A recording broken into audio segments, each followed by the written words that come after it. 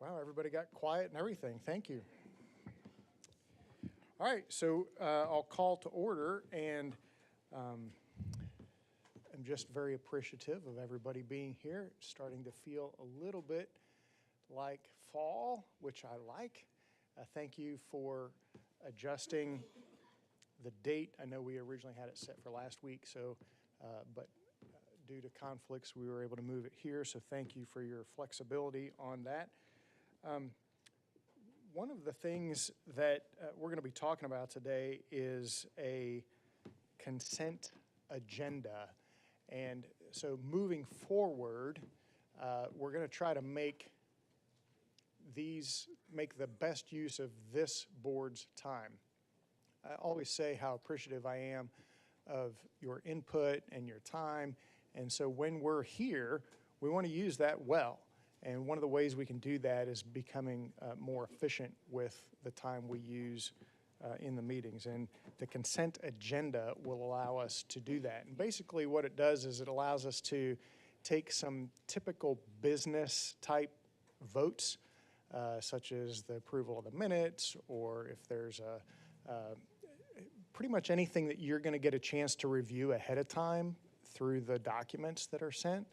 So if you're able to review those ahead of time and everything's pretty much in line, we'll put that all together in one consent agenda motion, and we don't have to go through all of the ayes and nays and votes and backflips and everything else that we have to do. So looking forward to that. We have just a couple of votes today, which we'll do traditionally, but then moving forward, we'll go to this consent agenda. And we'll explain that a little bit more and repetitively so everybody understands and knows how that's going to work. Remember that we are live streaming today, so as you speak, hit the button, make sure it's green when you speak so that they can hear us out in streaming land. And what else do I want to tell you about? Oh, one of the things that we want to do, again, one of the purposes of our board is to make sure that we're matching the governor's strategy. And what you'll notice in the agenda is that we're going to try to say, okay, here's a strategy point, and here's why this group or this person or this department is presenting today, because here's how it matches that governor's agenda, right? So if we are, if the work of this board is to match that strategy, we want to tie the topics that we're talking about to those strategies.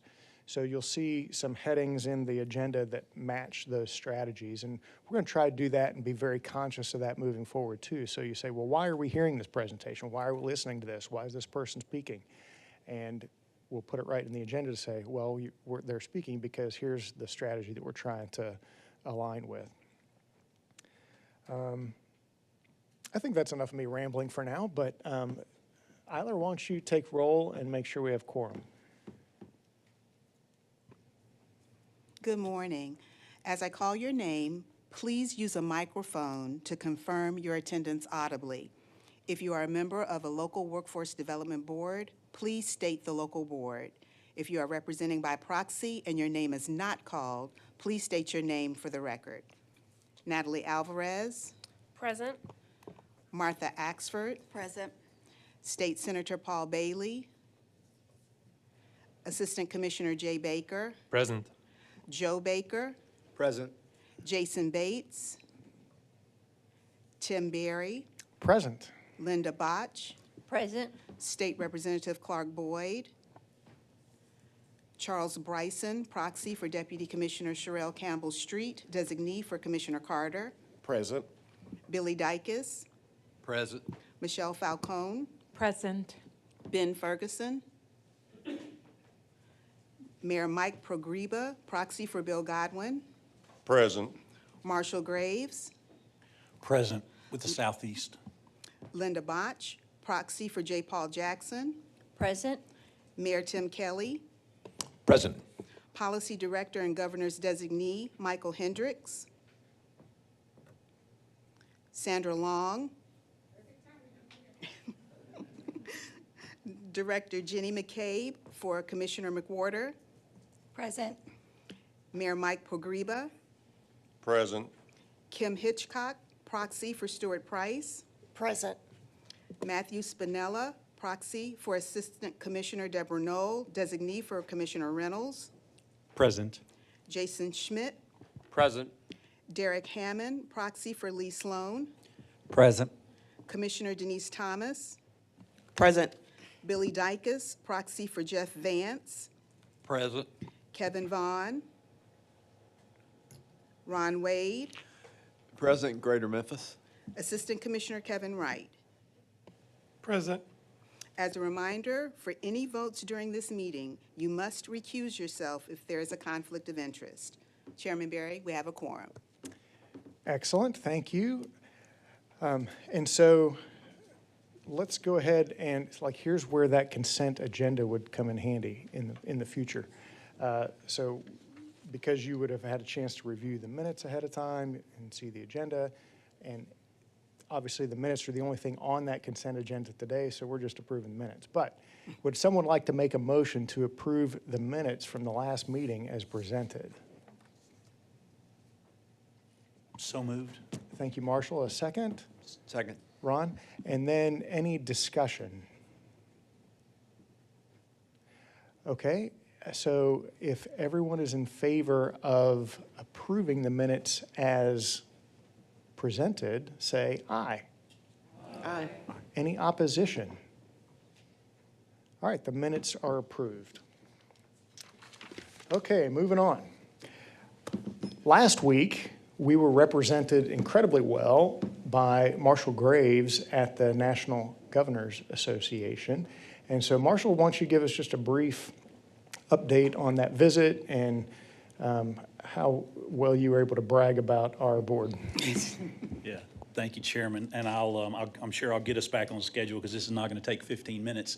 It was quite an honor to participate with and represent you all and our state at the National Governors Association meeting. It was in Connecticut.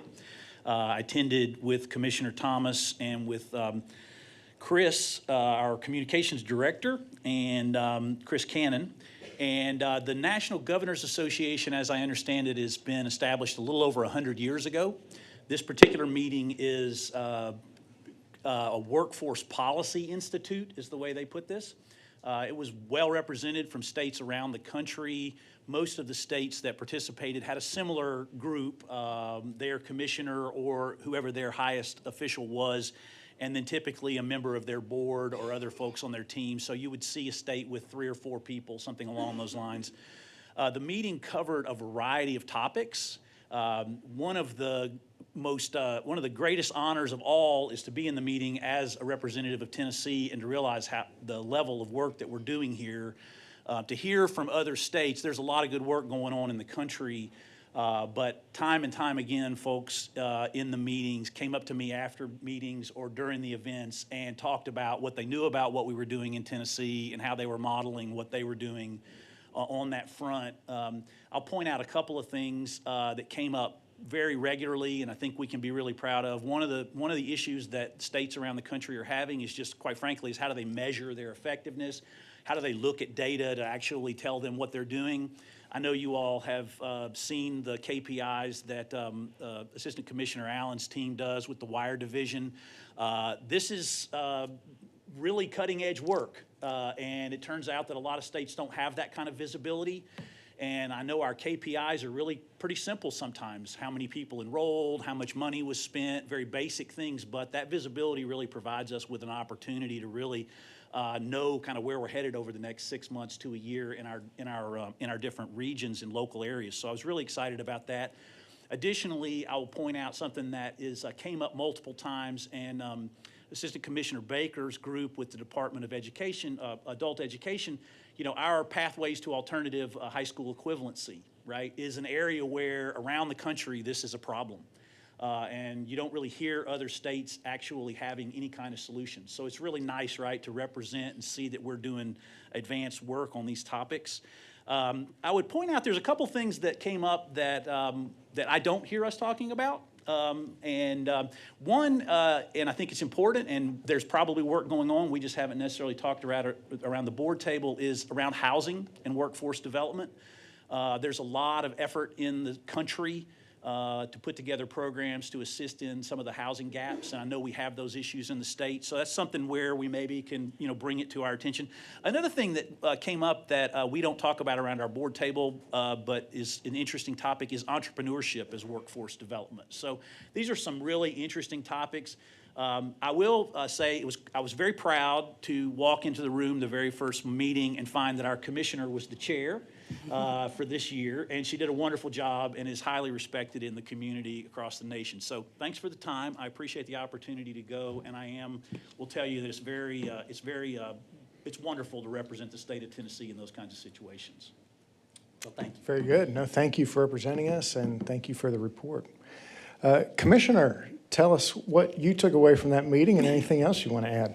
Yes, thank you, Mr. Chairman. And Marshall, thank you. I will sort of punt it right back to Marshall. I was super impressed because typically in these meetings, it is usually the commissioner or secretary of the Workforce Development Agency and then the board chair and or vice chair. And then when we do the around the horn, the board chairs will kind of look and default to the commissioner. I didn't have to say a thing. Marshall took care of all of it unscripted, and so he represented the board extremely well. Because I serve as chair, I have to sometimes refrain from being braggadocious about Tennessee. So it was really good to have Marshall there to really carry the torch for our state. As he mentioned, I think we had 30+ states there as well as the territories. It's a really good opportunity to really look at the policy side of the work. I can tell you, and as I'll unpack in my comments, when I tell you there are an immense amount of policy considerations that are happening at state and federal level regarding workforce development, it would not be putting it mildly. There is so much going on related to the work, and it really becomes difficult to really encapsulate everything that's happening. And so for us, it's about identifying key priorities for our state that we think can help raise the level of awareness around workforce development, and then how do we ensure that every Tennessean has the opportunity to take part in an incredible, vibrant economic atmosphere here in Tennessee. So a couple of things I'll start with is around reauthorization. I know that's something that we've kind of talked about on and off with the board. As you can imagine, we were there really close to election, so not a whole lot to share. Now that we're past the election, we expect there'll be some additional energy around reauthorization. We do know the Senate's version. There are some very differing of opinions around where things really look, how things look. So we will look to see if those are make or break for the version of reauthorization. I can tell you the biggest things right now that remain on the agenda is around mandating 50% of all of the workforce development funds for training. That's a big one. The second thing is, what does it look like for states and locals to have the authority to really come together and innovate and create outside of just what is identified in the law? And then lastly, really looking at how these programs could be measured in a way that it gives states a little bit more autonomy in creating programs that we think best fit our state design. So we'll continue to pay very close attention to that. This was the National Governors Association. It was supposed to be their summer winter policy institute, but it happened very late. There'll be a winter policy forum, which I expect to get more information, and that will happen in March. And so we'll be front and center for that. I believe I have another year to chair, so which usually helps us to get sort of be front and center for the information. I'll make sure to keep the board posted. Outside of that, I just want to share a couple things. One is there are still some concerns around some of the language that came out in the notice of proposed rulemaking for apprenticeship. We will continue to pay close attention to what that means for competency-based apprenticeship models in our state. As you know, we've had a record number of apprentices in the state of Tennessee. Shalandria's in the back. I think we're somewhere around 12,000. Is that right, Shalandria? Close to 12,000, which is incredible for our state. We want to make sure we can continue that upward trend, and policies that are happening are going to be critical as we see them unfold. So we'll continue to pay attention to that. I want to also talk about, for the next few minutes, about the role of this board as it pertains to the new workforce forward vision for our state. You know, as all of you well know, our governor is hyper-focused on making sure workforce development is a premier priority for his remaining years in office. What does that mean for the work that we do and this board does? One is it is an opportunity to really drill down into where we're seeing pockets of inactivity as it pertains to the labor market.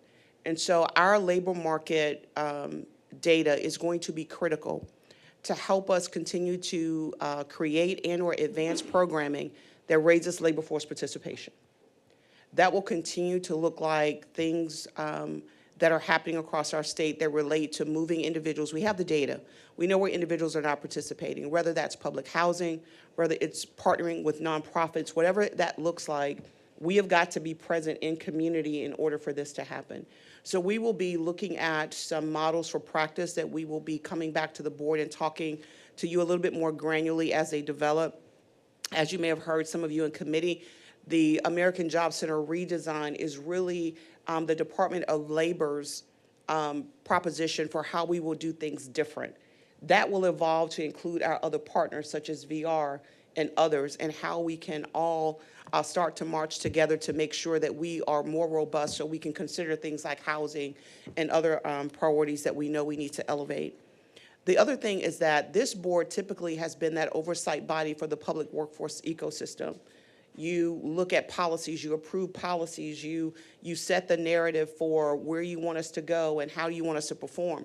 Well, this next round of workforce development, you will see that increase even the more.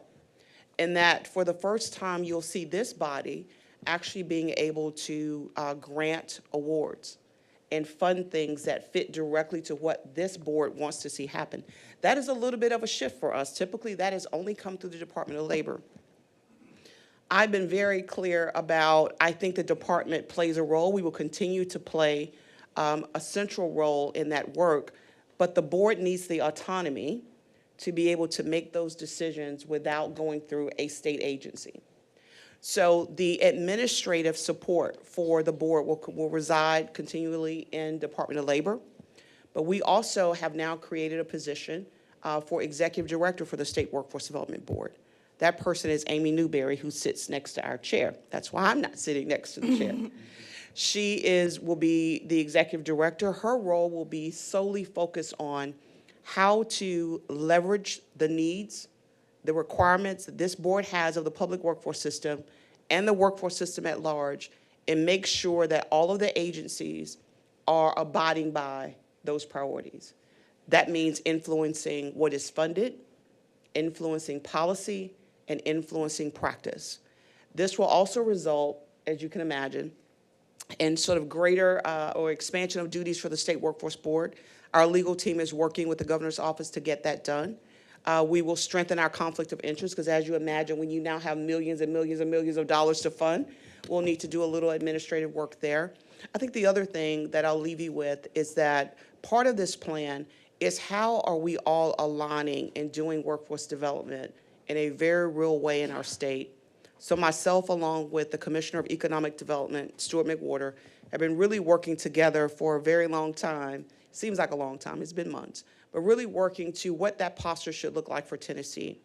So with that, we partnered with Michael from the governor's office, who's not here today, to talk about what will be called TN Works. TN Works will be a comprehensive program that from the time a company announces that they will be in Tennessee or an existing company expands, there is a structured alignment and focus that all of the resources in the workforce system will know exactly what play to run when their number is called.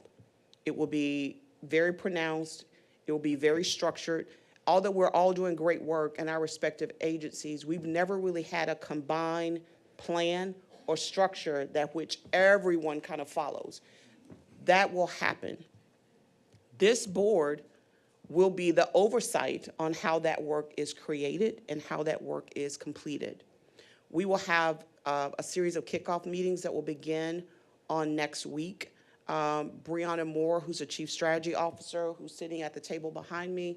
Brianna will help lead that work along with some members of her team Amy will be there, and she will be keeping the board connected on how that work is done. As always, we extend opportunities for our board members to sit in, to be informed by the work, but we are not doing this without the board being at the helm. It's a reason why you were selected by the governor, and we want to leverage your expertise and your voice to make sure that we're doing this right. I feel remarkably energized by this project. I'm excited for what it will mean for us. When I look around the room when we were in NGA, there are some states doing incredible work. And I don't say this to be, to in any way appear that we have it all figured out here in Tennessee. But Marshall, I think you'll agree, when I look at the ingredients, Tennessee is positioned to absolutely blow the top off workforce development, to truly be a champion in this work and in this space. And I believe we can figure out how to solve some of the issues that have been caused us to be very fractured and misaligned over the years. We're not void of resources. We're not void of people that really care and are committed to this work. It's just a matter of being in a new posture. It needs a quarterback. The system needs a quarterback so that everybody knows what skill position they will play. That is what we intend to do. This work will be, furious. The pace will be furious. There's a lot to get done. And so I will continue to give all the time and attention that is needed. We have our public budget hearing on next week. You will hear some of that come out in our budget hearing on next week with the governor. But I wanted to make sure that this board was aware of what that looks like. And I know this doesn't fill in all of your blanks, but as we march toward the strategy session that Amy will talk about here shortly, this will be what we talk about with our board on what the right posture will be, what those key priorities are. And you will start to hear from more members of that public workforce system ecosystem other than just labor, because again, we're one piece, but we're not the only piece. And so I just want to thank the board for your attentiveness and your dedication. I want to thank those of you that were at GovCon. Those of you that were there could probably tell the tone and temperature was very different. It was the first time that this department had sponsored or been a part of the governor's conference. It was remarkable to see how our partnership came together. It was a very public display of what's been going on behind closed doors. So I want to also publicly thank Commissioner McWhorter, because there is a tremendous amount of energy and foresight that had to happen for us to get this done, and he was a key part of that. So much so he and I just taped a show together because economic and workforce development in this state will continue to be identical twins. It has to be if we're going to do it right. So anyway, I just want to thank you. I wanted to share that with you because there's much, much, much more to come. I will pause to see if there are any questions. If not, Mr. Chairman, I'll turn it over to the new Executive Director for the State Workforce Board, Amy Newberry. Are there any questions of me? Thank you. Very good, thank you. Okay, is this mic on? Yeah, okay. All right, well, good morning. Thank you, Chairman Barry. Commissioner Thomas, thank you. I definitely appreciate your leadership and vision in elevating this board and just workforce development in Tennessee. So I have been in this room and participated in state workforce board meetings many times over the years, but never in this capacity before. I've participated as a staff member for a local workforce development board, have transitioned to the department and have participated in several different capacities as part of a staff member at this department. So this is a new role for me, and so I want to take the time to just reintroduce myself, Amy Mayberry, as the Executive Director of State Workforce Development Board. You heard Commissioner talk about my new role.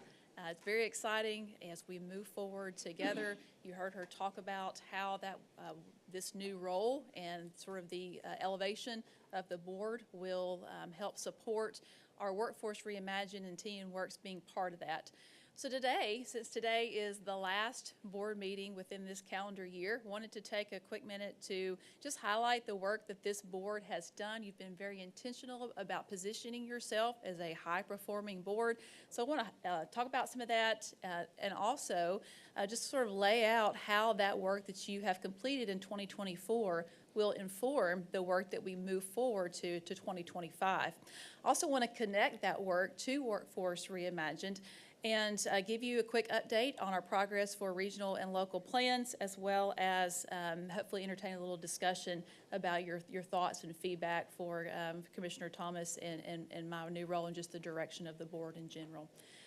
So to talk about our 2024 progress, 2024 marked the beginning of a new planning phase, a WIOA strategic planning phase. Our planning increments go in 4 years under WIOA. So this planning phase was for the years 2024 through 2027. This board began that process back in Q1, if you'll recall, attending the strategic planning session where you really laid out what were your strategic priorities that were within, of course, the governor's priorities, Commissioner Thomas's vision, what do you want to put in our state plan, and really set as your direction forward.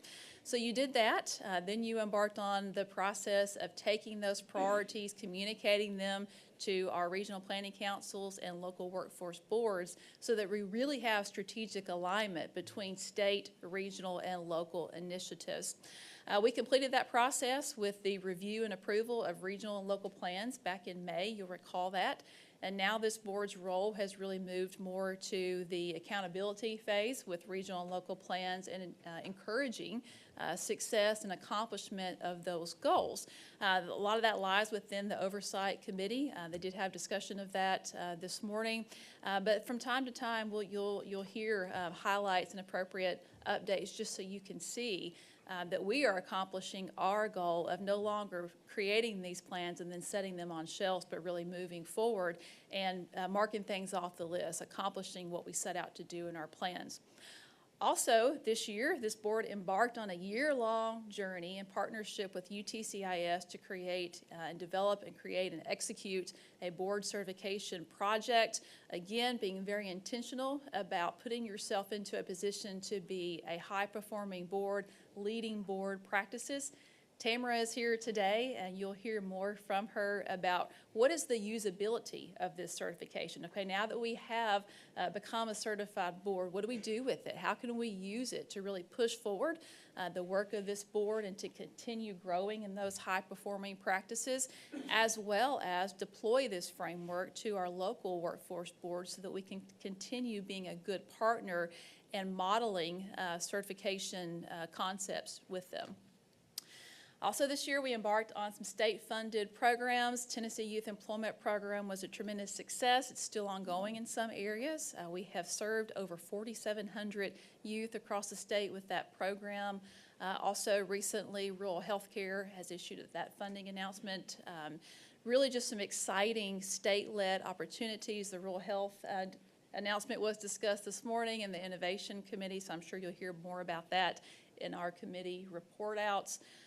The Oversight Committee will also, in the report out time, tell you about some steps they have made in the policy review. This has been another part of our 2024 progress where we're really taking a look at our policies and saying, do they line up with the innovative framework that we want to have? Are we going to be able to make these reimagined steps if we have these policies in place? It's been a good discussion. They're already at the point to make those initial steps and have plans to do more beginning in February. I'll talk some more about that in a moment. Also, some really exciting service strategy pilots we talked about in the Oversight Committee. How can we do things different? This large system across the state can be difficult to affect change at one time. And so trying things out in demonstration pilots, how does this work? What are some challenges and roadblocks so that we can address those and use the information that we learned to inform our decisions as we move into 2025. Looking ahead to 2025, and as we talk about Workforce Reimagined, what is the work that this board will continue to embark on to make that happen? I think that just operationally, strategically, and with innovation, here are some practical, tangible things that we can carry forward as just opportunities for us to really look ahead and grow together as this board looks to just continue to grow this leading board practices. We have a new executive director. How exciting is that to be able to have that streamlined communication? You will hear more from me. You get used to hearing director reports. having that streamlined communication that will come from our Workforce Board email. We have some really fantastic marketing campaigns that you, I hope, have already seen. Some of those were shown in the Operations Committee this morning. New agenda style, as Chairman Berry talked about in his opening, really trying to ensure that our operations match our strategic priorities, right? And so time is too precious and we have too much work to do to just come and meet. We want to ensure that what we're meeting on and what we're presenting on really matches up to our strategic priorities. You will also see growth and new website, new State Workforce Board website that really matches the face of the elevation that we want to project as a board. Strategically, we will begin 2025 the same way you began 2024 with a strategic planning session. Go ahead and please mark your calendars, save the date for February 27th. That's the day before our next Workforce Board meeting on February 28th. It will be an all-day strategic planning session. You will receive a calendar invite for that. Maybe today or Monday soon. Ms. Eiler and I have sat down and planned out all of our meetings, ancillary meetings for the next year, including a strategic planning session. But this will be a time for us to gather back to our strategic priorities, set our roadmap for the year, and also perhaps talk about some of those things. Marshall, like you said, there might be some things that we've not talked about yet that weren't in our strategic priorities last year that we want to add. There'll be discussion of Tennessee Works. So it'll be a good time for us to gather. As part of that, we'll talk about what are those informed strategic policies? How do we need to update to provide that innovative framework? Strategic initiatives such as American Job Center redesign, business engagement plan. These are things that you'll continue to hear about moving into 2025, really those departmental initiatives as we seek to reimagine how we do workforce, including new service strategies. Innovation is where a lot of this will lie, and that is really the pathway for us to continue to grow as a high-performing board. That will look like additional state-funded opportunities, like you just heard Commissioner Thomas talk about. As we continue to move forward with those high-performing practices, deploying a board certification program to our local workforce boards so that we can continue to model things like a strategic agenda, leading board practices, board orientations, those types of things for our boards. And then we will continue our partnerships to support local boards on their pilot projects.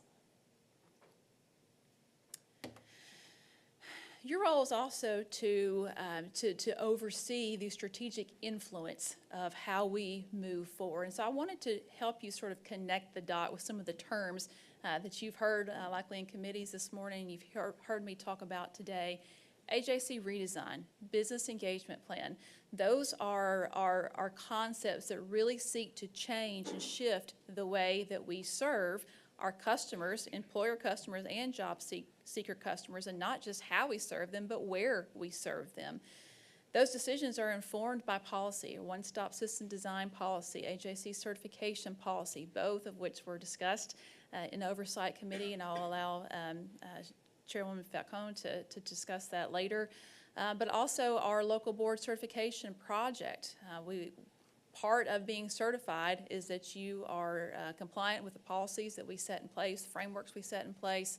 And then also, what are those state program metrics? How are we going to measure ourselves? Because if we have some state-funded opportunities that are outside of our federal opportunities, our federal measures aren't going to catch that, right?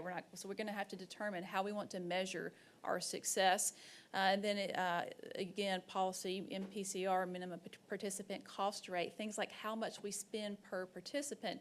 Those are all informed by some of those policies that we're looking at redesigning to really match the workforce reimagined. So I wanted you to see how each of those really influence and inform each other, and these are all things that we will discuss and consider during that strategic planning session in Q1. Also today, I wanted to provide a quick update on regional and local plans because that is something, again, that you will continue to hear more about in 2025. We're really working hard to make good progress on those plans. Reminder of timeline, these are 4-year strategic plans that were just approved in May of 2024. So wouldn't expect to have a tremendous amount of progress yet, but I am seeing some early progress. Again, we talked about this in our oversight committee. I hope that you've had a chance to look at the strategic trackers that were loaded into SharePoint. Our regional planning councils and local boards update those quarterly. They are updated and loaded into SharePoint prior to board meetings. So if you haven't had a chance to look at those, please do. And what you'll see is that each tracker lists strategic initiatives and ties them to state plan objectives. It was exciting for me to see that 95% of the strategic initiatives listed on the trackers now have concrete milestones attached to them. So we're setting targets for ourselves of when we're going to make this progress. Many of those initial milestones already accomplished. We also have seen a lot of stakeholder engagement being increased with our regional planning councils, which again is a testament to really the expansion of partnerships, that type of thing. Quickly, I want to highlight a few of the successes that we have seen from our regional plans so far. There's a lot of great things going on at our local boards. I don't have time to highlight them all, but did want to highlight one in each region to kind of show you a little bit about what's going on. In the West region, they had some plans to support the state goal of strategic partnerships. This is a fantastic example of that. We have created an AJC Outreach Center on the TCAT Stanton campus. So this is an example of co-locating the American Job Center to really meet the need. And it's a fantastic example of partnership between Department of Labor, local board, education, employer partners to really listen to the needs of employers and to provide on-site training and supportive services. So this campus is up and going. Our AJC Outreach Center is up and going. It's been going since September. We've got staff there who we have a consistent staff member and then also some other partner staffs rotating in and out now so that we can really connect to the full services of American Job Center. In Middle Tennessee, a couple exciting pilots going on there. One of their highlighted goals was to really work on AJC operations improvement. In Northern Middle, they are running 3 different pilot programs. All 3 work to just rethink the concept of service strategies through the use of generalist staff. How can we maximize our staff time? How can we find participants where they are? With perhaps the mentality of an AJC in a box. Our AJC may not have to look like a brick and mortar site where staff sit in one spot all the time, but it might be a staff member who has a laptop and can go meet the need, meet our participants, and provide them the services of the AJC wherever that is. So they are co-locating in different priority population areas. You see here Madison Library have seen some tremendous success there. Their service numbers, their touches, how many people they see have gone way up just in the last month since they have really piloted this program. So we'll keep our eye on that one. Another one to watch is Upper Cumberland has piloted a Work First program that is really designed to immediately increase labor force participation rate and sort of the tracking of how they do that. Working intentionally with businesses to be a direct hire service for them, and then being able to measure more in real time how we made those job placements while participants are enrolled, as well as creating opportunities to measure placements that happened outside of the Jobs for TN system. This has been a fantastic partnership between Department of Labor, particularly our wire department. But for both of these initiatives, a lot of Department of Labor staff have really rolled up their sleeves and partnered with our local boards. And so that's why I wanted to highlight both of those. Not only are they exciting in the opportunities that they present, but they're good partnerships examples between state and local. Lastly, in our East region, they had set a goal to really work on those investments that prepare workers for quality jobs, within that focusing on labor force participation rates. There are a lot of things, a lot of challenges that you can anticipate when working towards labor force participation rate. There are some things that you cannot anticipate, the devastating and historic flooding that occurred recently in East Tennessee, and North Carolina was obviously one of them. So that you can imagine how that has changed their course a bit lately. Really proud of the coordinated response that this department has provided in conjunction with the local boards and other state agencies. You can see here the mobile AJC that was deployed to those multi-agency disaster recovery areas. That work continues. Just because the mobile AJC is not parked there doesn't mean they're going away. That board staff is really providing for the needs, and we will continue to do that through some National Dislocated Worker Grant funding, but we will be there for the long term to really provide that need, and not just to provide their immediate needs, but get them back on track to participate in the workforce. Lastly, I wanted to highlight the work that East has done with sector strategies, because they're really leading the way as far as how their board membership aligns with sector strategies. We know we need to focus on these particular sectors. We've called them priority sectors, but it's hard for a board to make decisions on priority sectors if you're not informed about them. So they've completed a review of each of the 3 local boards' bylaws and have updated those to require that their local board membership for new members, they must be part of or represent a priority sector in-demand industry. So that is really a leading practice, I think, for our local boards, and will be paving the way for other local boards to do the same. So in conclusion, we've talked about 2024, a lot of the accomplishments that this board has worked towards. We've talked about how that will inform and influence the work in 2025, the things that you can expect to hear as we plan strategically moving forward, and then I showed some updates for local and regional plans. I also wanted to have some time for just intentional strategic discussion. You may have thoughts and feedback for what you've heard today as far as the direction that this body will be moving. What questions do you have for Amy? Thank you very much. I like the direction we're headed, and love the focus on strategy. Yes. What questions do you have, or comments, input? Yes. Chairman, not related to this, but I wanted to bring up a point that Amy made regarding our response to the flooding in East Tennessee. This board can be very proud that despite the horrific circumstances, our state, and I see Assistant Commissioner Feltz in the back here, our state was able to get the applications for disaster unemployment done the exact same day, and we were receiving and paying applicants in 2 days. And when I talked to my colleagues across the country, that was happening nowhere. So as devastating as this was, we'd rather not be paying disaster unemployment. But when tragedy hits our state, it's nice to know that we can respond in a way that is immediate, and it helps those Tennesseans that need us. And so I just wanted to, I'd be remiss if I did not share that update, and really want to thank Assistant Commissioner Feltz, Cecil, and others that played a part in making sure that we were able to do that, and we'll continue to do that.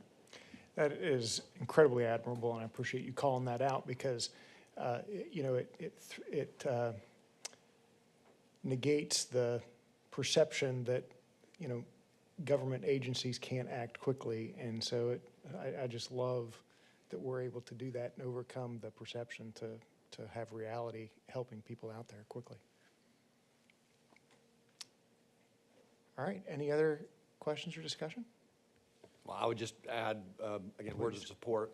Having worked on this and been as a mayor on the Department of Labor's Good Jobs, Great Cities program, I think this is exactly the right path. So again, congratulations. I'm encouraged and excited. Thank you, Mayor. I'm sorry, can you please go back to the slide where there were the 3 columns moving forward? It's early in the presentation, right there. Okay. So once the strategic planning session is put in place, because I know this is about strategy, when we talk about the expanded partnerships, I really love what Commissioner Thomas had mentioned about the economic and community development as well as labor and workforce development being identical twins. So strategically, workforce development is a priority for CCTE, College Career Technical Education, at the Department of Education for K-12. And so when there are state-funded opportunities and youth employment opportunities becoming priorities, are there any ways in which the Department of Education in advance of 25 could potentially do some advanced planning to prepare for what we're going to do once we hit the ground running, just knowing that this is going to kind of take off pretty quickly? Absolutely, yes. Expanded partnerships are central to what we do. You can't do workforce development in a box, particularly with the youth employment program. This was our first big run at it, right? For a state-funded program to not just be done in the summer, but to make it a year-long program. We changed a lot of things about how that money was offered because we had the opportunity to do so as a state-funded program this time. We learned a lot of lessons. It's been tremendously successful, but also learned a lot of lessons and saw opportunities. One of them mainly was how to better involve partners. And so it has been successful, but that doesn't mean that we will do it the exact same way next time, because there's opportunities to make it even more so and to really bring in a lot of partners. Having discussion with VR about how we can include that program and partnership there. I think we need to have the same and really think about how we can take a great thing and make it even better. Matt, if I could add, I also appreciate you being proactive and reaching out on behalf of the Department of Education. We'll continue to foster those relationships, especially with your connection, meaning Department of Education's connection to local boards. We recognize that there's been a gap traditionally and want to make sure we help to close that gap. Also emphasizing pre-apprenticeship and apprenticeship models, the work-based learning, all the good work that you all are doing, but helping to close the gap between how our department has traditionally done that, how your department has traditionally done that, and making sure that it's more deeply entrenched on the local level. Thank you. And then just to, I want, Amy should get some more recognition for this, but she and I have been making some advanced planning related to local education agencies engaging with local boards as well. So I just want to thank you, Tia, Amy, Commissioner Thomas for all of that, because the wheels are already moving, and I'm very pleased. Thank you.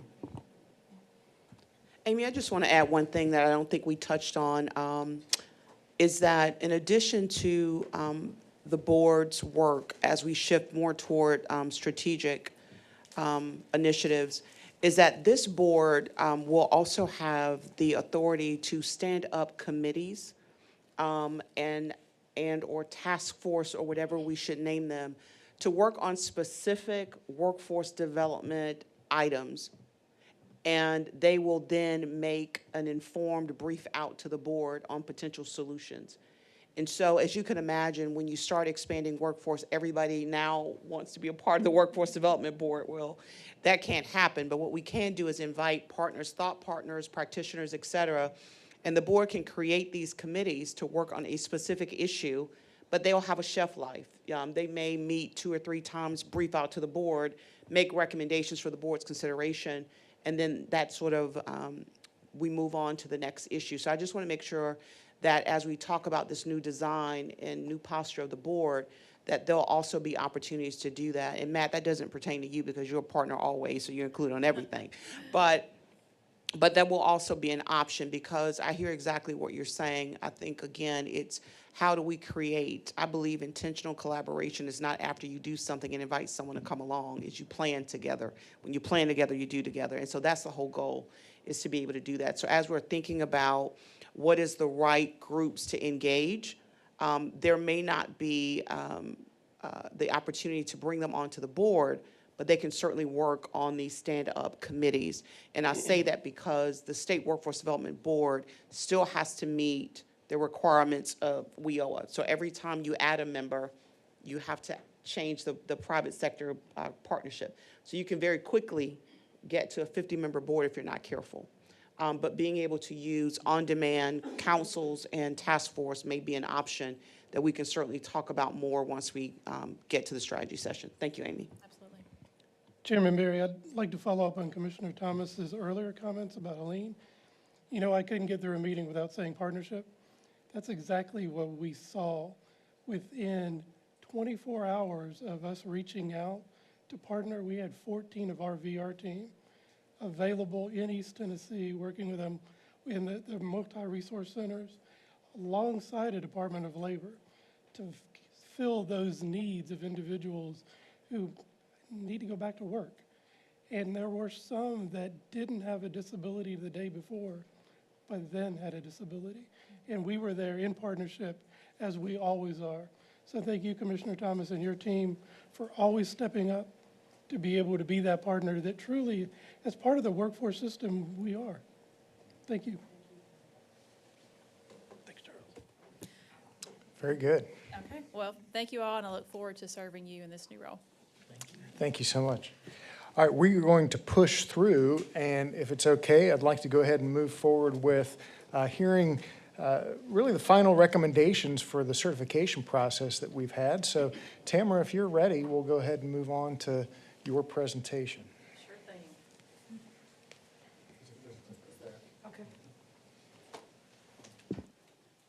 Well, hello again. It's good to see you all. Now, over the last year or so, I'm starting to see a lot of friendly faces and really get to know you, and it's exciting to hear the things that you're doing. Today, I want to talk about two primary things. One very briefly, and that's the path to role model governance. I've heard some words over the last hour: high performance, role model, innovation, strategic. You're going to see those words again. So I'm excited to be able to share that with you. Spending most of the time, the next 15 minutes though, on capitalizing on the certification. Amy mentioned focusing on the usability of it. So it's not, oh, we finished it and we're done. What now? What's next? And so we'll spend most of our time on that. First though, I want to visit the path to role model governance. And you might remember this slide. It is the scale, if you will, assigned to your levels of achievement, your demonstration of competence tied to your assessment. We talked about this in September. Compliant, you have a policy or a practice in place, people know about it, they know how to get to it. Competent, that plus you follow it, and it seems to be working effectively. And then role model is all of that, plus you revisit it and you evaluate it for improvement, for innovation, for change, and you have some measurement to demonstrate that it's working. So when we conducted your assessment and you've got your feedback report, if we were to take these 6 elements, chapters, categories, if you will, and synthesize how you performed in those, this is about where you would land. 2 of those, you'll recall, are lifted directly out of WIOA to ensure that you're compliant with the requirements in WIOA. 4 of the 6 were lifted out of our nation's standard for excellence, produced by the National Institute of Standards and Technology. It's the Baldrige Framework for governance, for strategic insight, for legal and ethical behavior, and for performance management. So heavily weighted towards that national standard of excellence, but also tempered, of course, with the WIOA requirements. And, congratulate yourself every chance you get, because to be able to land right there under such high standards is really remarkable. A role model board, of course, would be landing right here. So when we say path to role model, you're already making waves and a lot of traction on that path.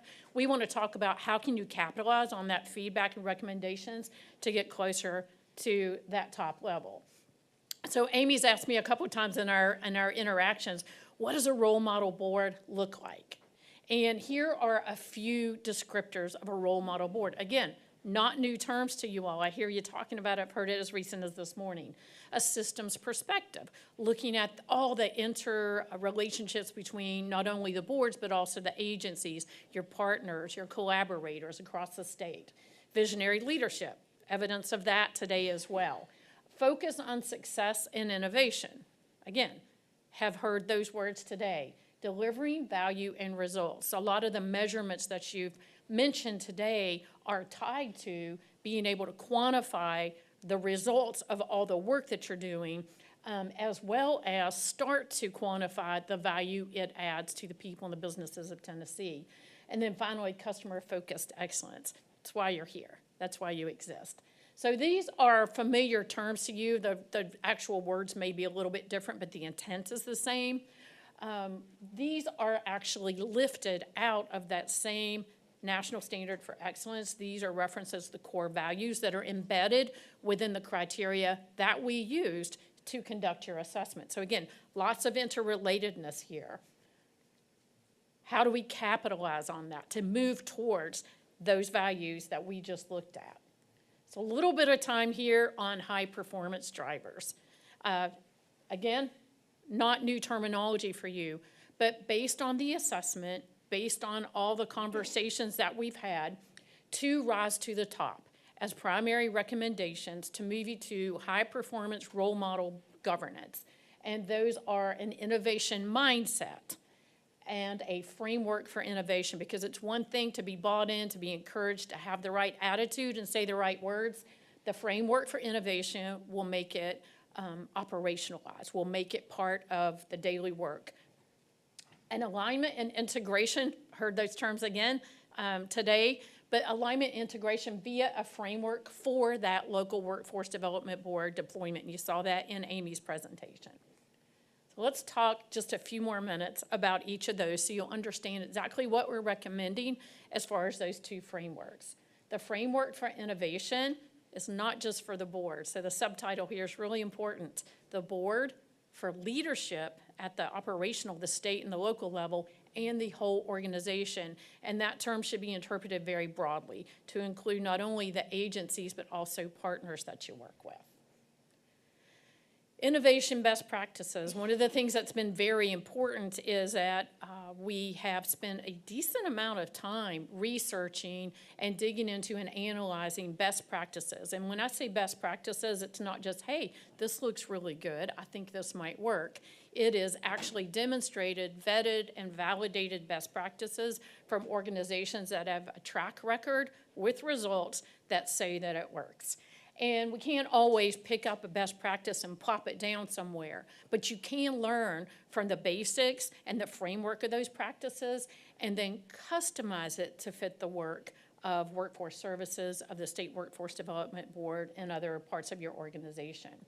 So innovation best practices, two things are clear, and they're universal among role model governance, and that is to adopt a mindset of innovation, the way that you think and approach it, as well as to design and deploy a framework, an operational step-by-step guide, if you will, for innovation. The mindset of innovation, this definition's about the best it gets. I think it's pretty clear. Making meaningful change, so meaningful, impactful change, to improve processes, the work you do, the products and services that you produce, the organization as a whole and the way it works, or societal well-being. How perfect is that? To increase value for stakeholders. Every word of that to me would work beautifully with what I've seen and heard and learned from you as the State Workforce Development Board. I didn't write it. I copied it and pasted it into a slide. That was the extent of it. And it is, no surprise, lifted out of that National Standard for Excellence, the Baldrige Framework for Excellence, lifted out of the actual glossary. Couldn't be any more simple than that.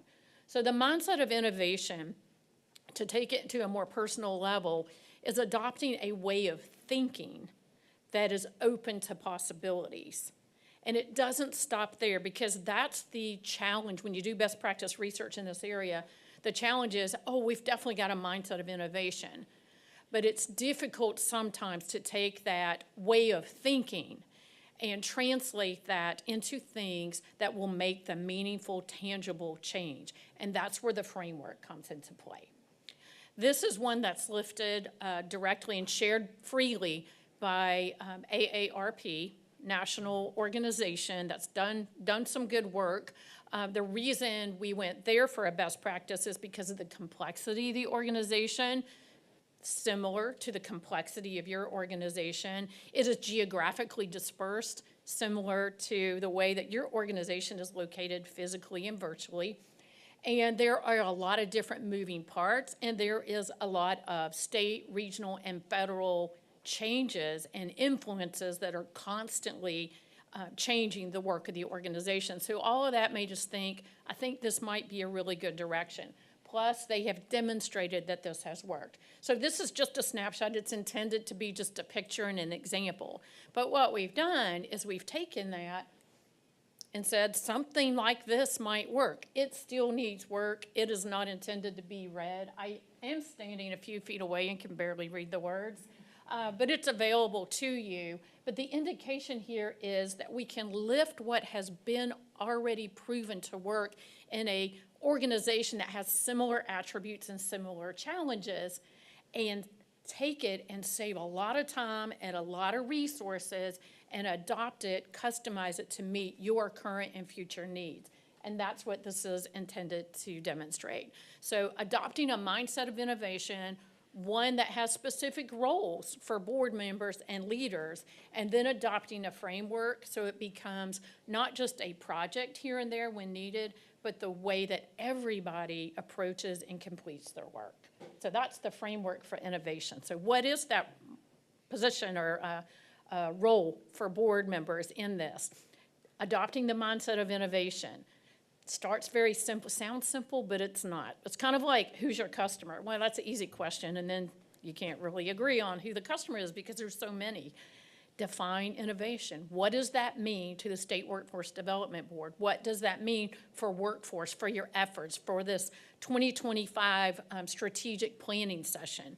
Define innovation and keep it as simple as possible, but you're going to have to get really muddy and messy before you can whittle it down to something simple and something that can be replicated.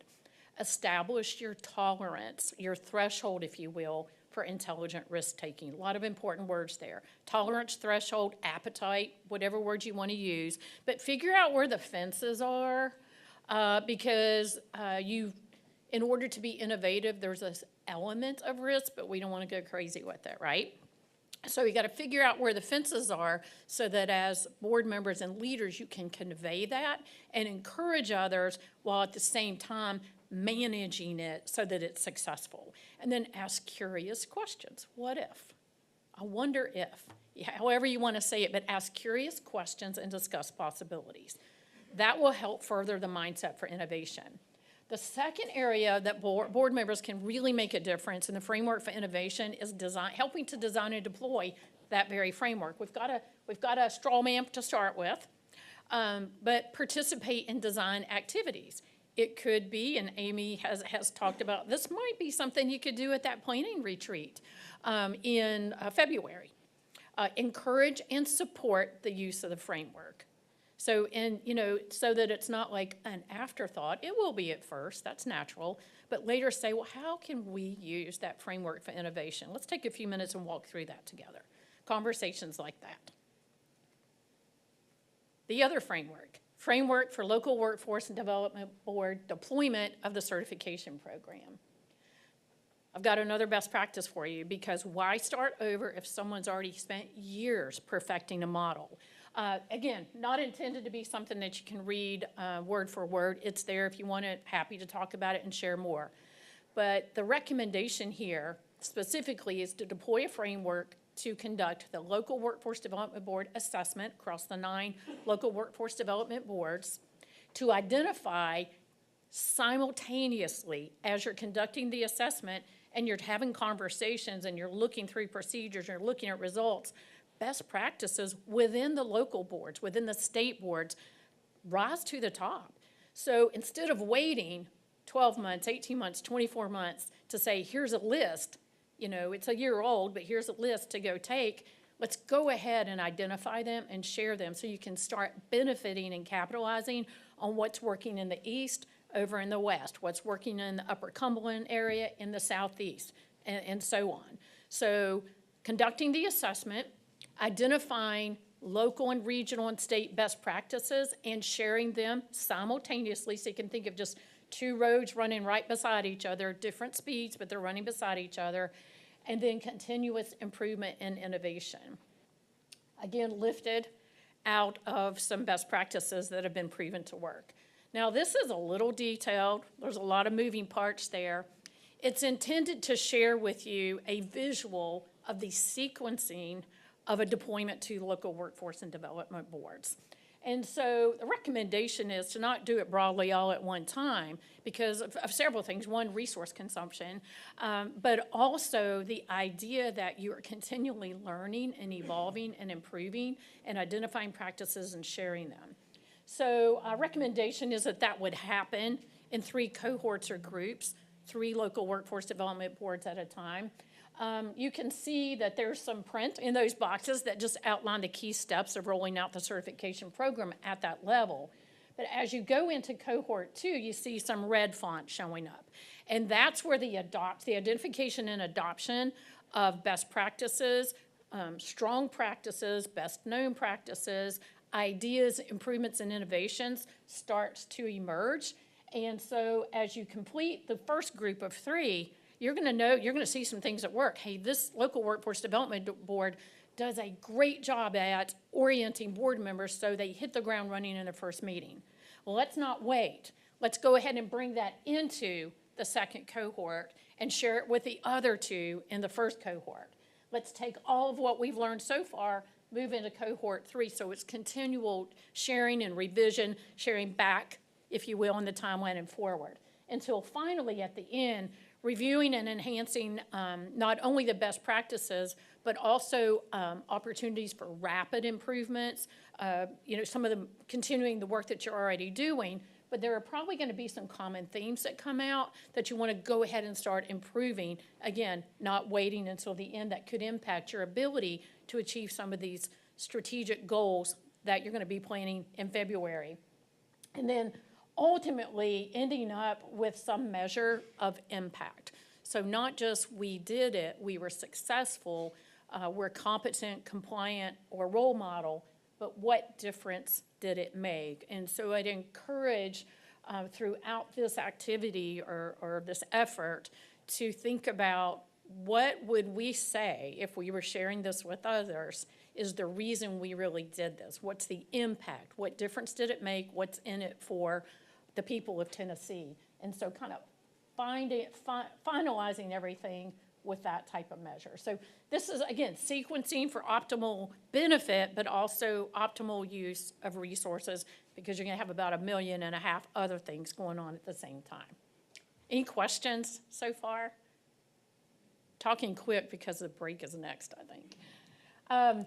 What's your role in this? We talked about the board members' recommended roles in the framework for innovation. There's also really important roles for board members in the framework for deployment. Certainly supporting the board certification deployment at the local workforce development board level. I heard different people saying they were from these local boards. So you're hearing it now, take the message back. Partner to deliver the orientation to your board. You've already gone through it.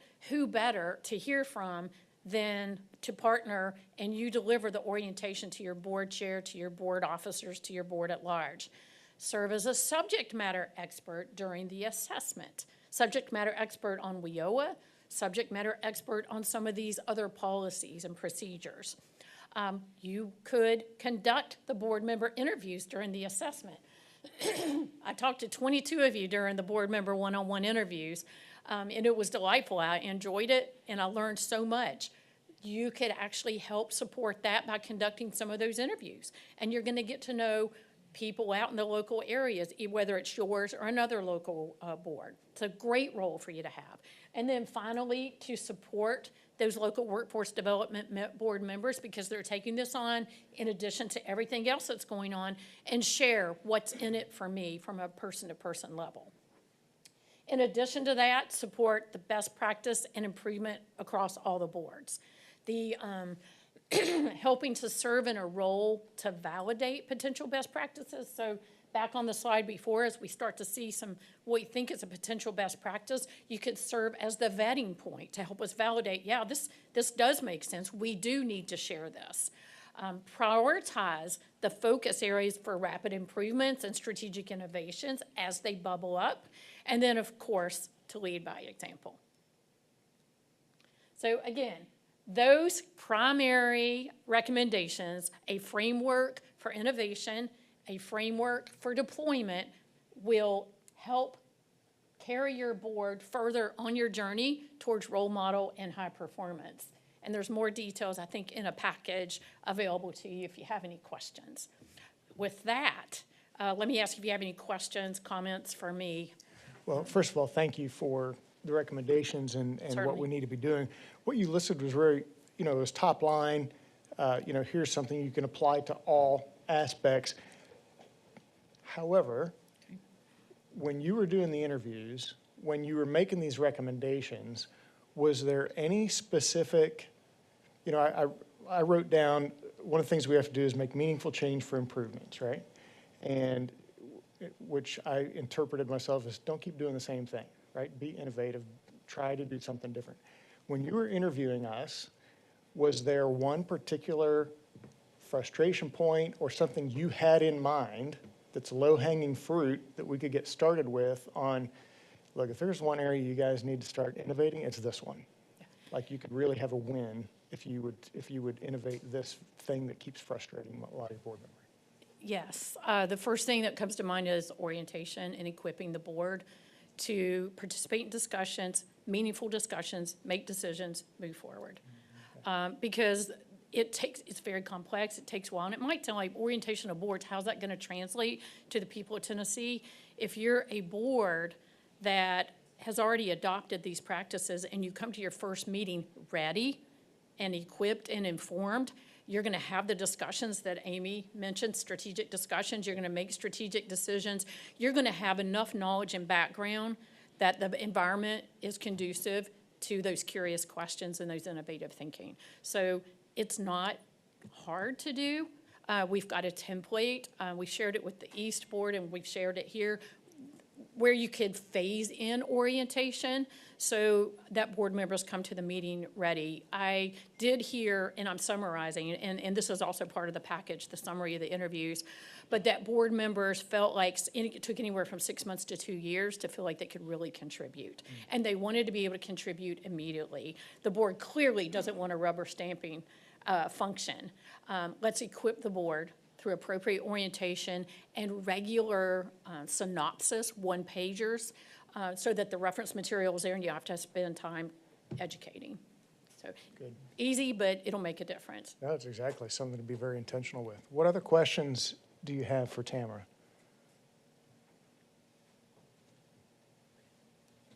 May I? Yeah, please. I appreciate the presentation, and I want you to know I bragged on you at the National Governors Association and the work that we're doing in this area. So I do see this as, and when I talk to folks around the country, this is definitely leading work in what we're doing, and I'm proud to be involved in it. So thanks for coming back. Appreciate the Certainly, help. certainly. Okay. I guess this is Yes, more please. for Amy. So I know that, you're going to spearhead most of the framework, right, that we're going to be working on. But for this February meeting, are we doing the introspection, like the review, or are we going to start building this? Like, what is the next step? Maybe that's the best question. Wonderful question. I think the next step for us is to take these recommendations, decide where we want to go with them, right?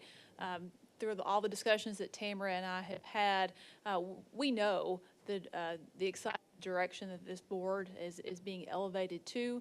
We know that you have an appetite for innovation. You have an appetite for those leading practices and what you want to push this body to be. I think that our next step is really creating that innovation framework. What are our bounds, our fences, right? So we have WIOA guidelines, we have our state plan, we have the priorities of the governor, those types of things, collecting them together and saying, okay, here's our fences for innovation. Now what are some things that we can do perhaps with those state programs, maybe some state metrics, that type of thing. What I would like to do to prepare for February is very difficult to come in cold, right? And to come in prepared and already have a threshold of material together so that we know where we want to start from. Again, time is precious, and so when we get together, I'd like to begin talking about the innovation framework, where we want to go with that, as well as taking those priorities. And I tend to be a very practical person and just list them out and almost like the strategic tracker that we're utilizing with regional and local.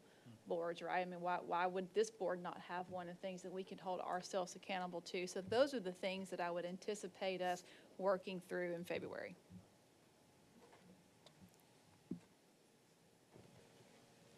Any other questions, comments, input? Mr. Chairman, I'd just like to Please. say, Tamara, thank you, and I know this was listed as sort of your final recommendations, but I don't think you're going to be able to get away from us that soon. I'm not running.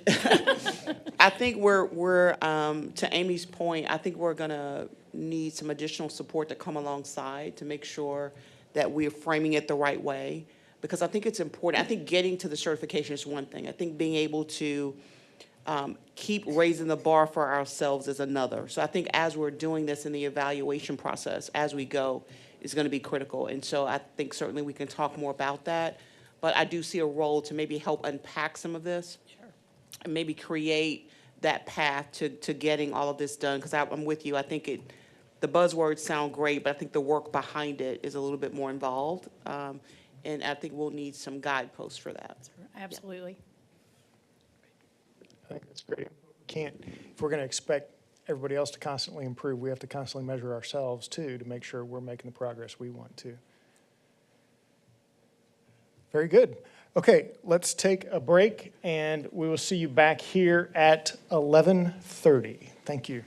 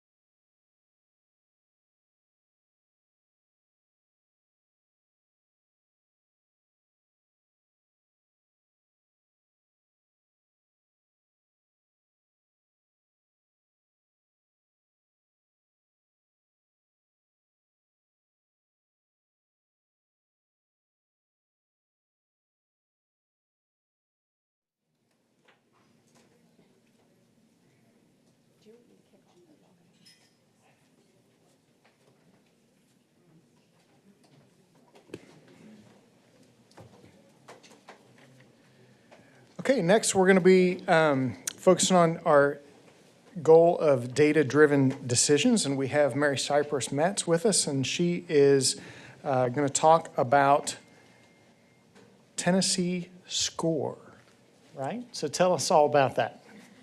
Yes, good morning. It's great to be with you all.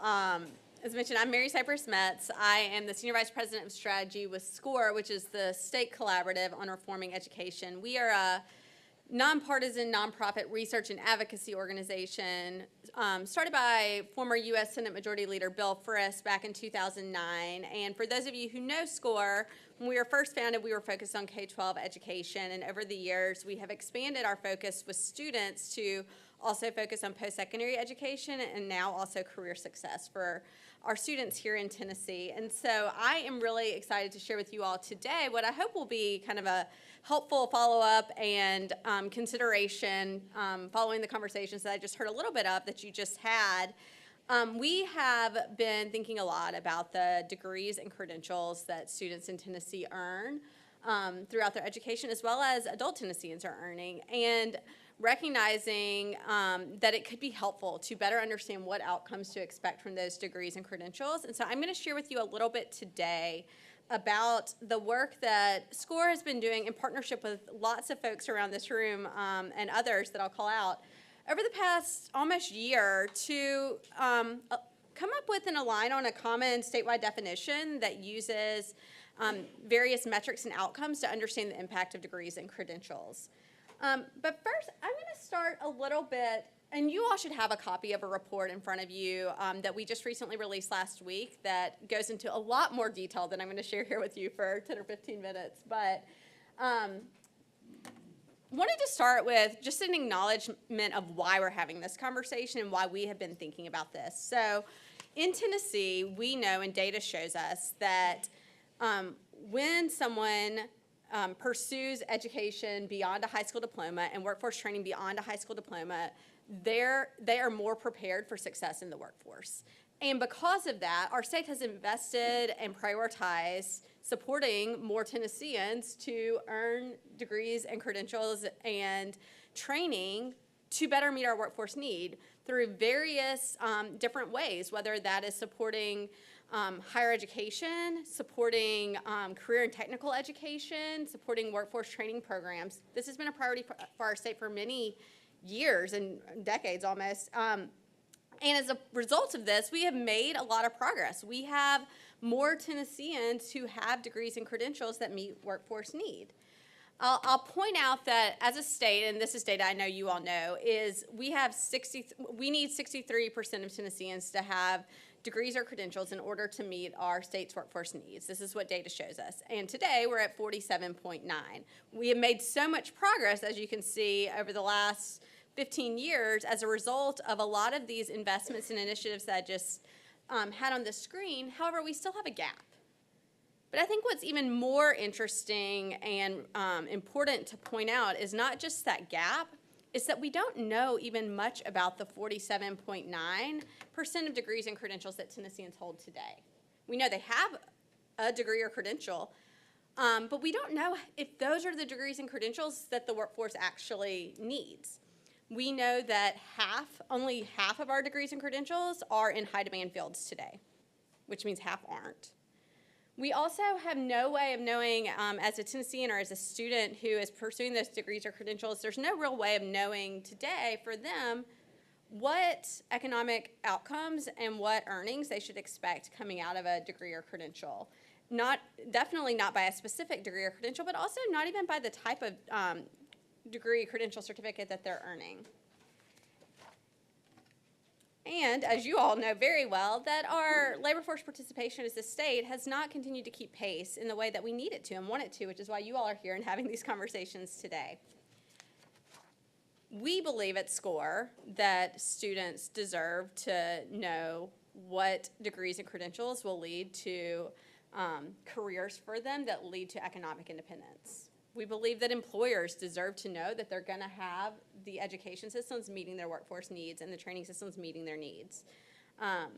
When I think about myself, when I went through my process to determine what career path I was going to take and therefore what education path I was going to take towards that, I don't know about you all, I didn't have a lot of information. I feel very lucky that I made good decisions that led me to a career that I'm both passionate about, that also is having an impact in our society and in our state. However, I think as a state, we want to have a better guide to support the programs and initiatives that Tennesseans are pursuing to meet this workforce need. And that comes into this framework that I want to share with you all and share with you how we got to this and why we got to this. I just heard about 2 different frameworks that were being brought in front of you in your last presentation. I'm going to bring you a third one here.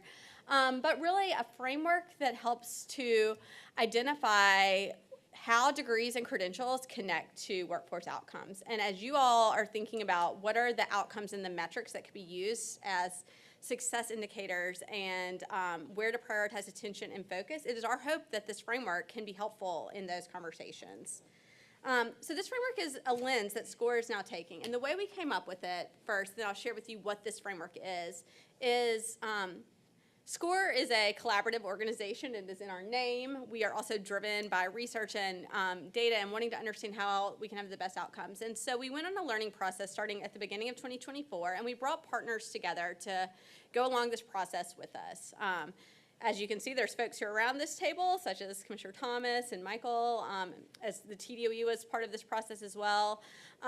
And we went through a learning journey together. We first talked about what are the metrics that the state has today that tell us something about degrees and credentials and the outcomes that are expected from those. So we partner with the Boyd Center out of UT to look at what metrics and data do we have as a state that tell us anything about economic workforce outcomes connected to specific degrees and credentials in Tennessee. And the metrics you can see in black here is that initial list that the Boyd Center helped us to identify that the group discussed. You'll see earnings, but lots of different ways to think about earnings. You'll see job outlook and job growth that you can look at in many different ways. We looked at stackability and portability of degrees and credentials.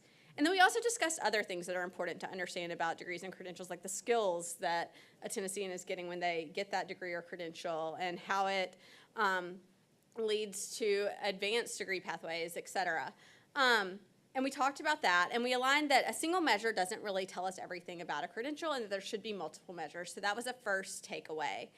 Additionally, we looked at what other states have done, and particular other states have created frameworks like this that help us understand the impact of degrees and credentials at the state level. So we looked at Florida and Texas and North Carolina, places that have done similar things, but none of those states have created a common definition, a common framework, a common set of metrics that can give you an anticipated set of outcomes based on every degree and credential type. So non-degree credentials and workforce training certificates, associate's degrees, bachelor's degrees, advanced degrees. And that felt really important for Tennessee to be able to do because we know that all of our education and training should be connecting to the workforce outcomes and the economic opportunities that we have in our state.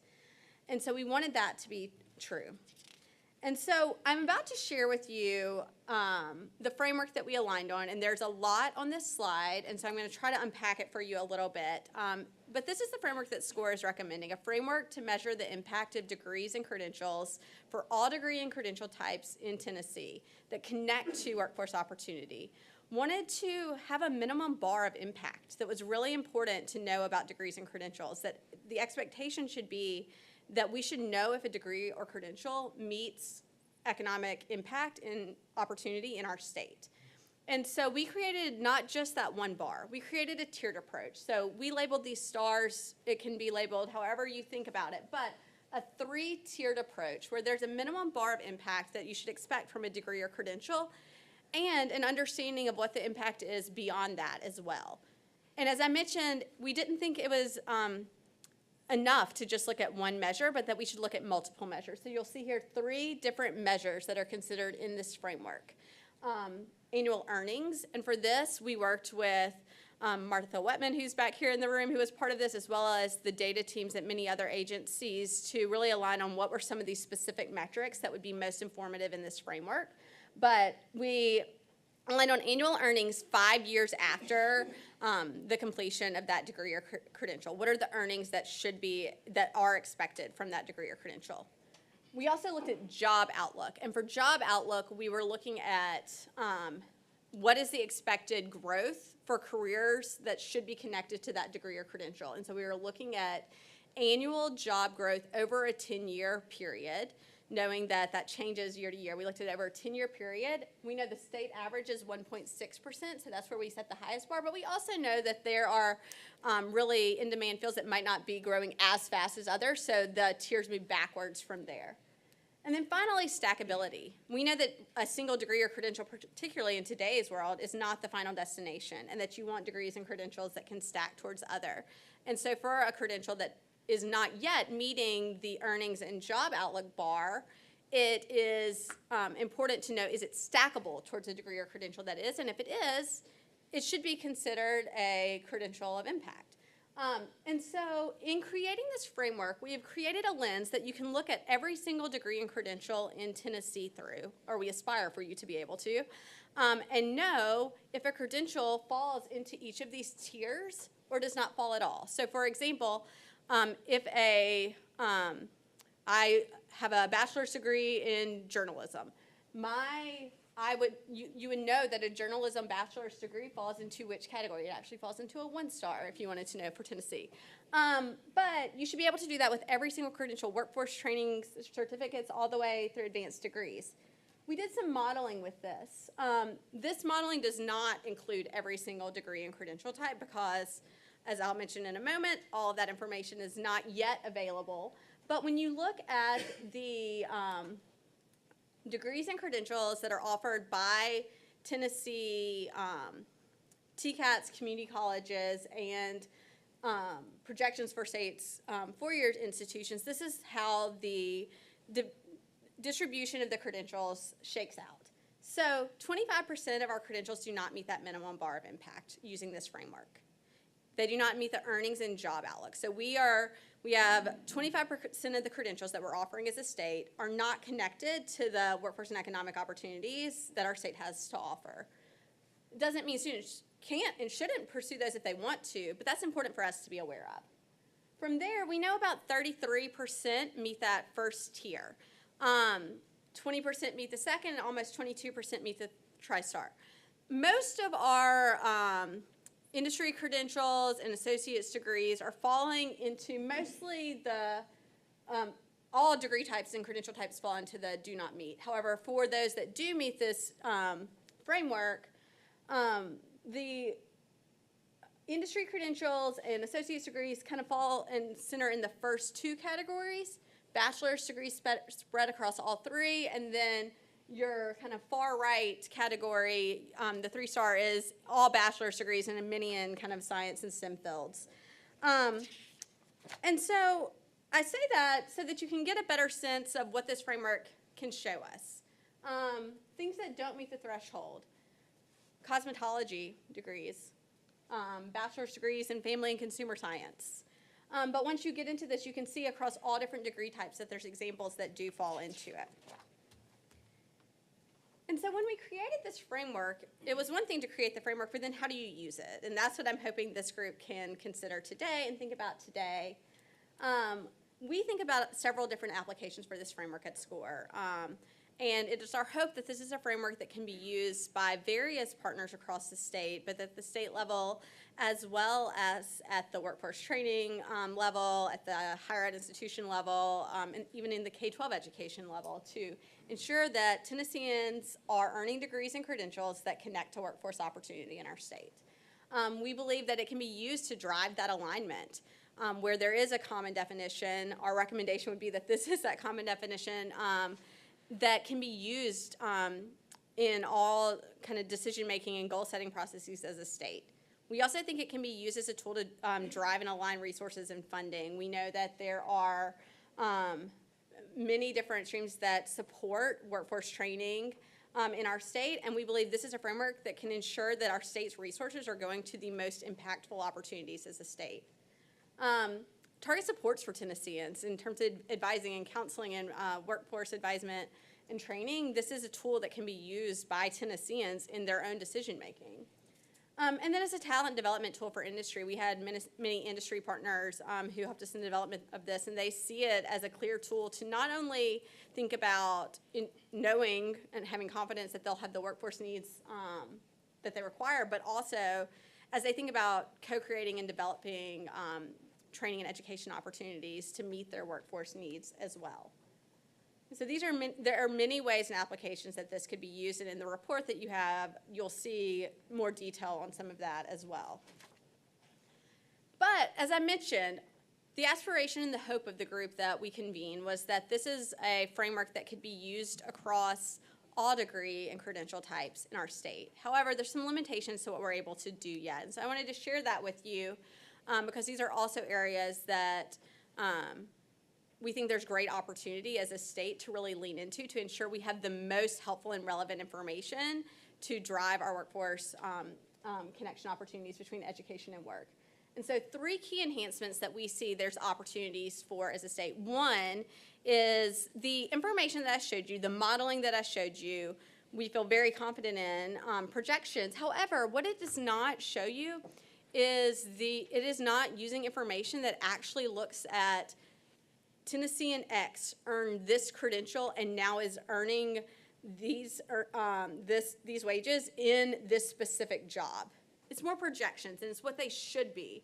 And particularly when you look at the occupation, we know, and these projections include the field that they're in. Perhaps it includes that they're in the healthcare field. But it does not, we're not able to know, does that mean that they're using their credential to work in the cafeteria at a hospital or to be a physician? And so having more information will help this framework to be more targeted and connected to our actual workforce needs. And we believe there's an opportunity to collect that occupational information that we've been in conversations with the Department of Labor about, as well as others. Second is, I mentioned that we wanted this to be a framework that looks at all degree and credential types. But I mentioned the modeling does not look at non-degree credentials. That is because there is not a consistent set of information about that as a state today. We have more workforce training opportunities and credentialing opportunities than ever before. I believe more than 1 million opportunities nationwide that Tennesseans could pursue. And we don't have information about the outcomes of those, and we think that that is important information to have so that we know which ones should we be investing in as a state, which ones should our local communities be thinking about to drive their outcomes and meet their workforce needs. So that's information that we think is really important. And then finally, you saw stackability in this framework, knowing that the credential a student or Tennessean might earn isn't the ultimate landing place. We need to know stackability. That is something that is currently being developed that we hope to see done soon, but is really critical in order to be able to fully realize this framework. And so with that, I'll leave you with kind of our desire in this. We are an organization that's focused on students. And for us, when we talk to students and surveying that we've done, and surveying of Tennesseans that we've done, there's an expectation that education and workforce training is leading to career opportunity and career success. And we believe that is what we should be supporting students towards, to have the confidence that the education path and the workforce training path, the degree or credential that they earn, can have that return on investment and lead them to a career that enables economic independence. And we believe that employers should know that our education and workforce training as a state is actually meeting their needs and prepared to meet their needs. We've been a state that has prioritized economic development, have been very successful in that, and this is another opportunity to help make that connection even stronger. And so I leave that with you in hopes that this framework is something that can be used as a tool to this board, as well as in local boards, to help to better connect education and workforce training with the workforce opportunity that you want using specific measures and metrics. So thank you all for that, and I'm happy to answer any questions that folks have. I mean, I love that. I love that. So thank you. What questions do you have for, please, Joe. Yeah, thank you so much for the information. I'm curious, and you direct me somewhere else if you're not the right person to ask it. But as it relates to artificial intelligence, training across the state is certainly important in a lot of different levels, not at the most advanced technical levels, but even at the most basic level of, call it hospitality or phone banks. Can you give us just a little bit of flavor on how you see the impact of artificial intelligence, the credentialing that is necessary to really help as jobs start to evolve into that area? Absolutely. I think that's such an important topic, and it is not fully reflected in this framework. And I'll tell you a couple of things, make a couple of connections there. One is that we know that the workforce is rapidly changing in many ways because of AI and the development of how that is affecting the workforce. And while this framework has job outlook, looking over a 10-year period and what the projections are as a state, it doesn't yet look at what are those new and changing workforce needs, and that's what we see as an opportunity. And I should have mentioned that this is a foundation that we think is a really good starting point based on the data our state has today. And we think by the collection of some of this additional data, we can add more or shift metrics in this that better meet the kind of immediate workforce needs, as well as looking for those trends over a window of time as well. So that's one. And then two, would love to have you join us for some other conversations SCORE's having around this intersection of AI and how education is preparing Tennesseans to be ready for work that involves that. As a follow-up, are there any credentialing programs in the state right now for artificial intelligence that are in play? That's a great question. My colleague Bryce Warden is in the back here, and I believe has at least the credentials that we have in here. Can you answer that question, Bryce? Are there any programs in the state right now that are credentials on AI? And where do they fall in this? Hang on just a second. Yeah, we'll give you a microphone. Thank you. Thank you, and thank you for the question.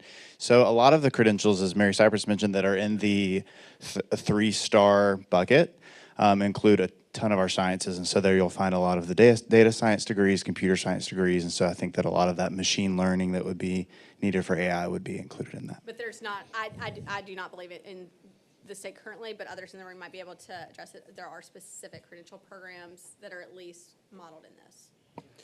And I would be more concerned about the 1-star, quite frankly, because that's where our population is, for the most part. And I would love to learn more about what's out there across all those channels and see what we might be able to do as a board to help encourage that evolve quicker. Absolutely. Yeah.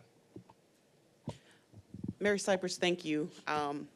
Thank you for being here. I know this is, we get to talk often because I think this work is so important, and it intersects with the work of the board that is really critical, and I'll talk about that in a second. But I do know University of Tennessee, has sort of embedded some of this work across all of their degrees. Not necessarily for everyone to be a computer science major, but they've embedded it, in nursing and with other occupations, because when we really think about AI, it's going to impact everyone's work, right? Not to the point that you have to have mastery, as you mentioned, Joe, but just about how we do work. And I think for us, we're paying very close attention to the labor market projections, because you mentioned about 25% of those degrees don't meet that 1-star. Well, we know that a lot of the folks that are really being left behind in the workforce development space, that's usually their first rung on the ladder. And so it's going to be critical on how we use micro-credentialing or stackable credentials to not just make sure that they're industry-recognized skills training certificates, but the way work is being done with the influence of AI is also being integrated. And so I think the conversation today is a starting point for us to really think about what are credentials of value in Tennessee, and then what does that look like for individuals that we know that do not have some of the skills. And Marshall and I now are using the term power skills. We're not using soft skills anymore. They're power skills. For folks for complex, problem solving and communication and all the things that it takes to be sort of steady in the workforce, this creates a new complexity for that. And so I think for us moving forward, it's going to be incumbent upon us as we start thinking about the stackability of these industry recognized credentials. How do we make sure we're not just saying get a certificate to do this, but also having the flexibility to understand the changing nature of work with AI. At GovCon, we were privileged to have Dr. Lynn Parker do that presentation. You know Dr. Parker. It was standing room only in that room because there's no greater topic right now regarding the impact of workforce than this one. And so I just hope beyond the conversation today, that there's an opportunity to come back and maybe talk to the board on a little bit more granular basis, because one of the things that we are going to be tackling is how do we fund the right micro-credentials for individuals that are not in the labor market. And this board will have really a lot of the input on what that looks like.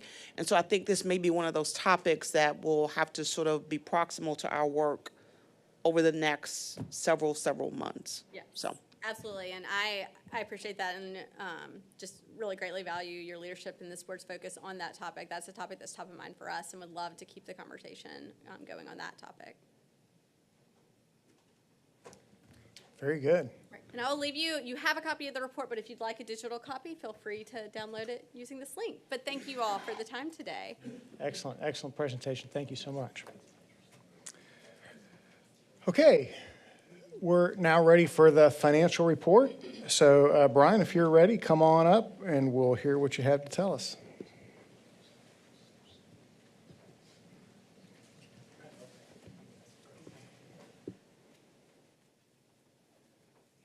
I think it is still morning, so good morning, everybody. Thank you, Chairman. Hope you all are doing well. So again, I'm Brian Early, been doing this update for the past few board meetings, so most of you are already very familiar with me. And today we're going to review our fiscal and reporting update.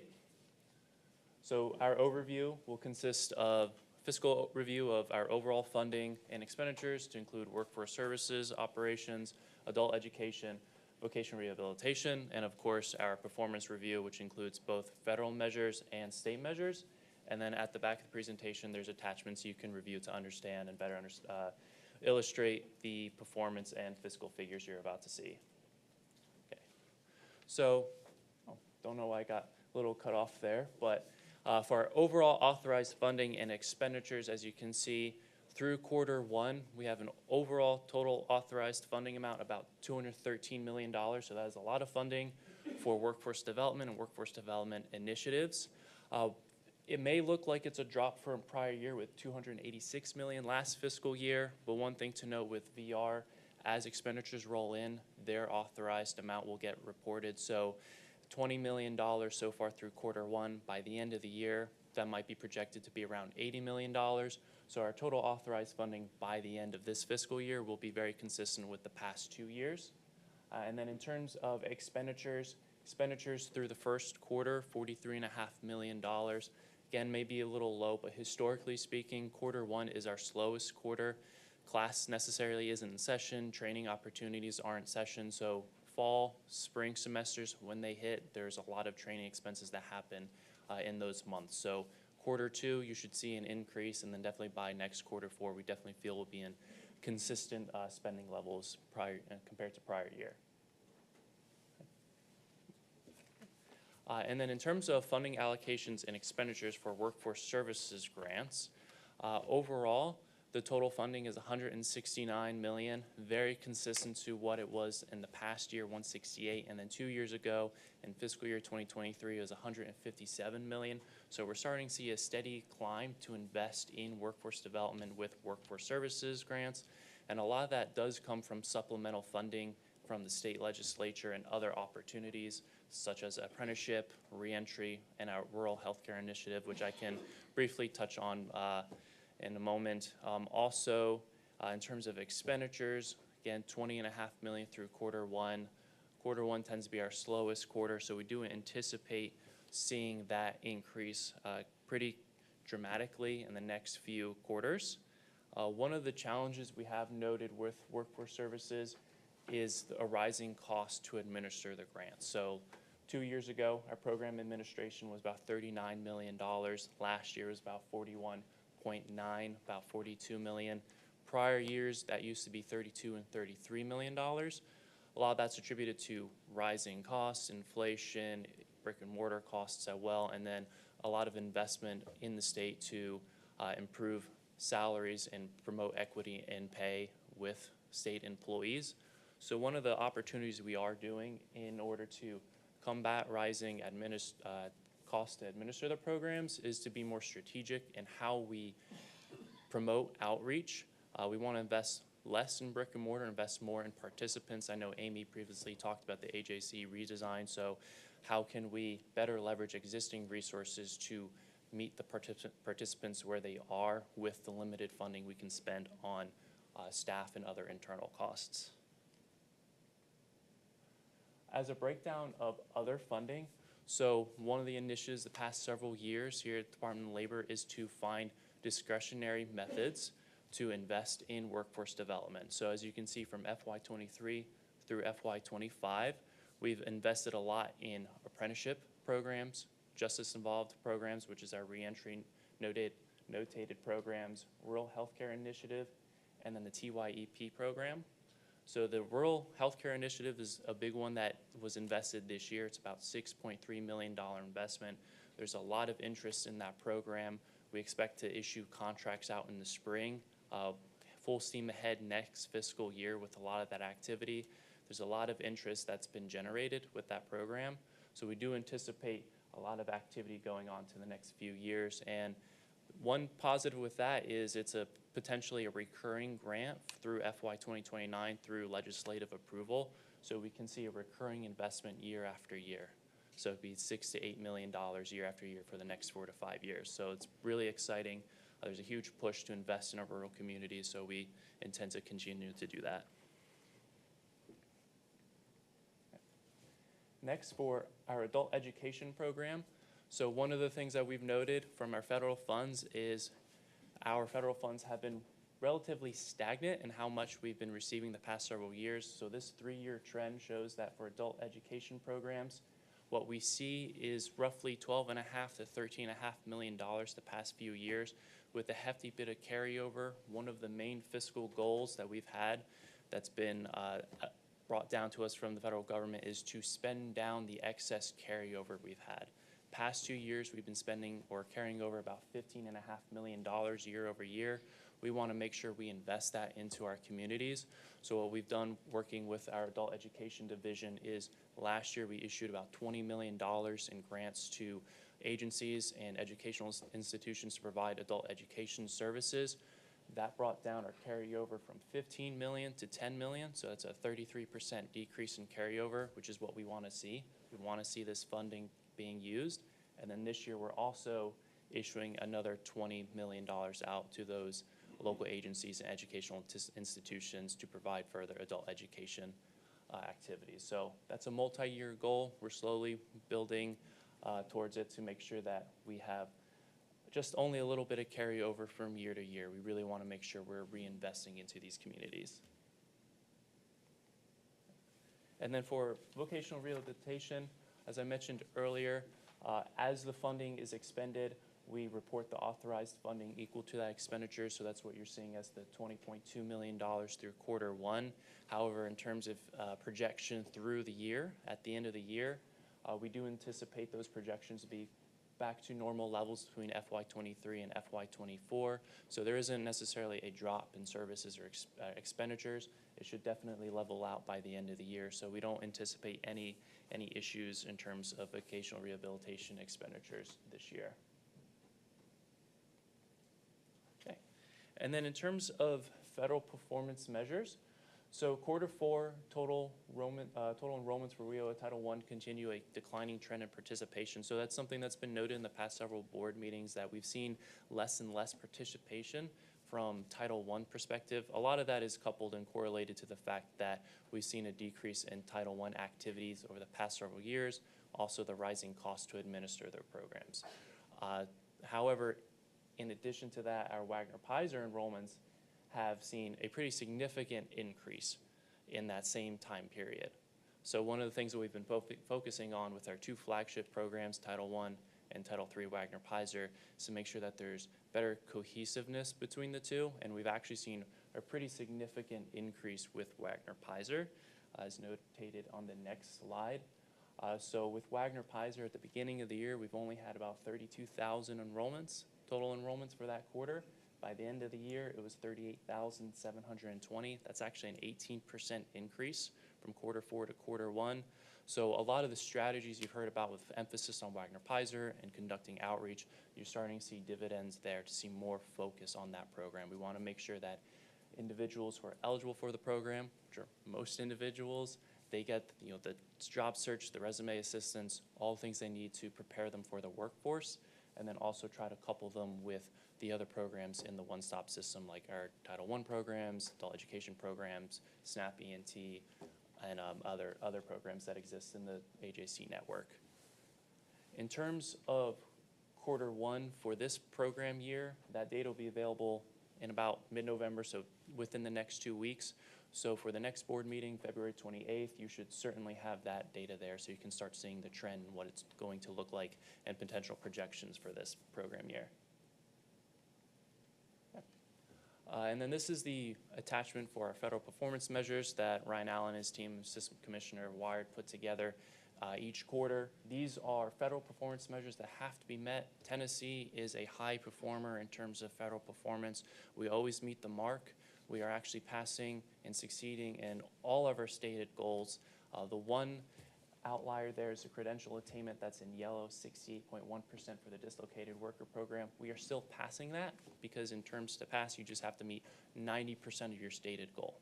So it is vital that we meet these, given a lot of funding is tied to our attainment of these measures, and not only are we meeting them, we're doing exceptionally well and definitely one of the best performers in our region. Okay. State performance measures. So these have been formerly known as, or colloquially called, the KPIs, Key Performance Indicators. We sort of rebranded them and mentioned them as state performance measures to help everyone to understand there's a distinction between our federal performance measures and our state performance measures. So for this year, we have negotiated 5 state performance measures, down from 13 last year. We understood that having 13 plus KPIs or state performance measures, that's can be a bit complex and confusing as to what is really the most important measures that we want to focus on. So we reduced that down to 5, and like I said, there's a lot of focus primarily on our flagship programs for Titles 1 and 3. And the 5 measures you see before you are Title III, new enrollments for our Wagner Pizer and JVSG programs. As I mentioned in previous slide, we're doing extremely well in terms of engagement with our Wagner Pizer program. You can see that we're exceeding our goal there. TYEP, so far this year, we've enrolled 3,500 youth in that program. Overall, the youth employment program had about 4,700 enrollments. It's been highly successful. We've spent almost all of the funding, so we're hopefully looking forward to potential new investment with the youth employment program. It's proven to really be a highly beneficial program. Our Title I program, of course, new enrollments, we want to track that. And then lastly, we're also focusing on co-enrollment with our Title III and Title I programs. Sometimes we refer to like a conversion rate, making sure if someone's in a Title I program, they're also in Title III program. So they're really getting the full suite of benefits from the American Jobs Center network. There is definitely some work that needs to be done in terms of co-enrollment. We've already identified some issues in some areas of support and technical assistance. So some of our program staff already had a plan to connect the high performers in that measure with the low performers in that measure as a way to exchange best practices and work together to really improve that measure. And then there's also a pilot program for Wagner Pizer for new job placements. It's a novel idea just to track in jobs for TN, Wagner Pizer's participants that are being placed in a job. So there's really no target for that this year, since it's just used to define and hopefully establish a benchmark or a baseline for next year. And then hopefully, if we think it's an effective measure next year, we can continue to implement that and see what the impact for it is. Are there any questions? Brian, thank you. I like the idea that we're simplifying our KPIs. It makes it, a lot of times, we like to think of these KPIs like a business leader would, because many of us are business leaders. And so it just makes us ask the right questions and to be able to see those results and ask the questions and say, yeah, here it is. And then I also heard Marshall bragging a little bit earlier that it was one other bragging point you had at the Governors Association to be able to say, yeah, we have great KPIs versus what some of the other states have. So great job by your team. Any questions?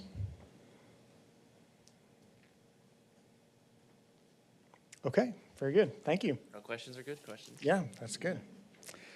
Okay, so let's move on to our committee updates. We'll start with the Oversight Committee. So Michelle, tell us what happened there, and I think we have a vote coming out of your committee. Yes. Brian took a break from us today, so I bet he was glad. Yeah, I'm going to leave the policy for the end. I'll start with the update of regional and local plans. Amy provided a really, really good update on everything that has been tracking, that we've been tracking, and everything is out there for you to review. So we encourage you, and we will continue to do so, to quarterly look at those trackers as we are updating it. But as of today, we are seeing a lot of progress, which is very very good. And then some highlights that she provided. She did a magnificent job in with the pictures and everything else. But one that, just the enrollment in the southern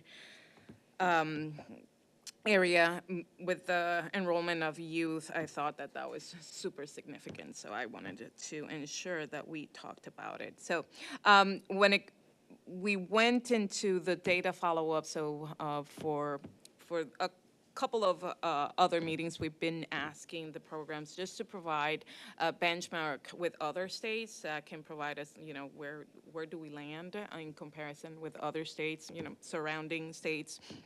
And that served as very much a self-reflection and an introspection of how are we measuring ourselves?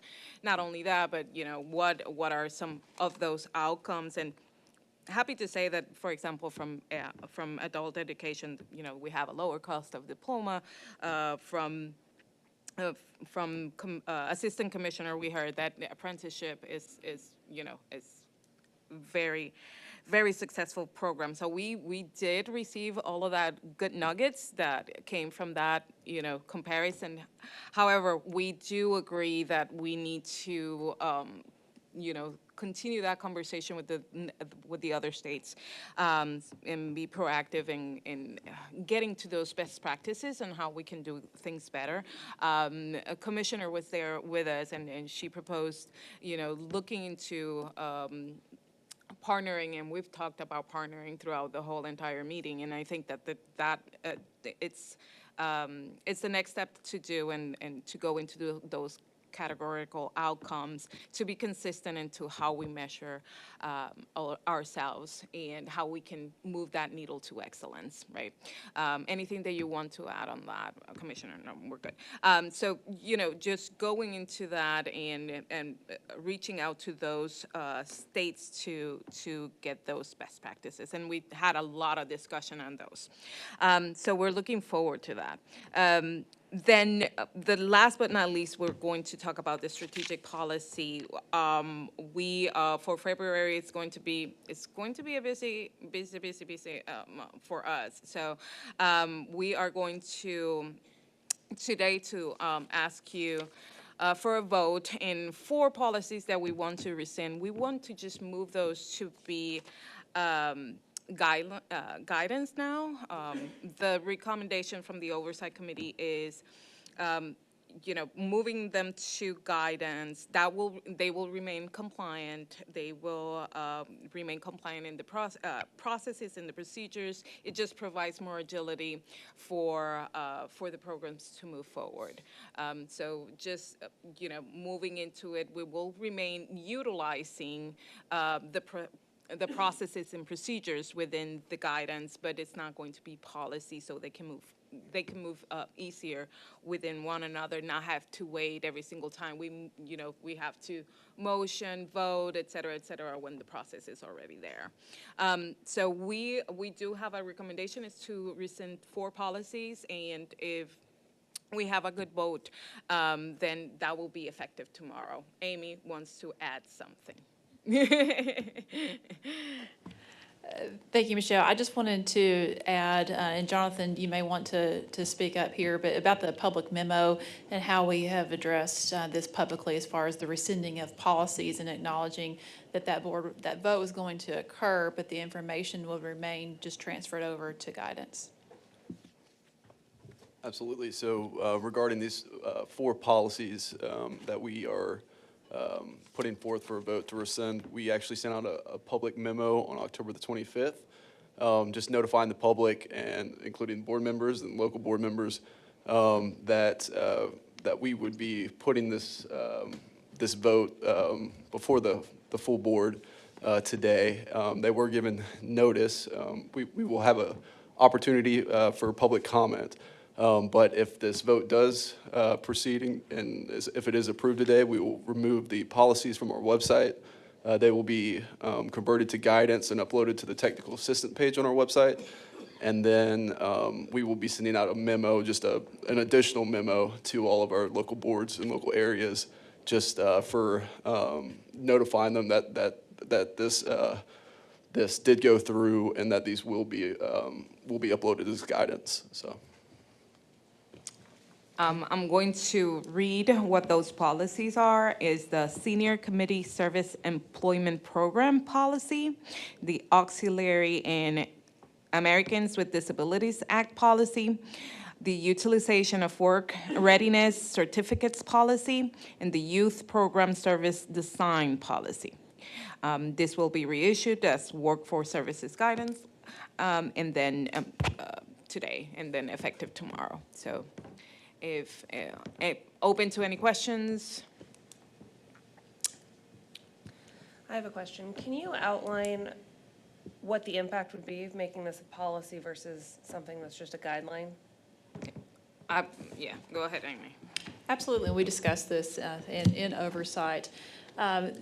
Changing the information, none of the information changed. It has been transferred from a policy to guidance because the information that were in these policies really lent itself more to guidance because it was very procedural heavy.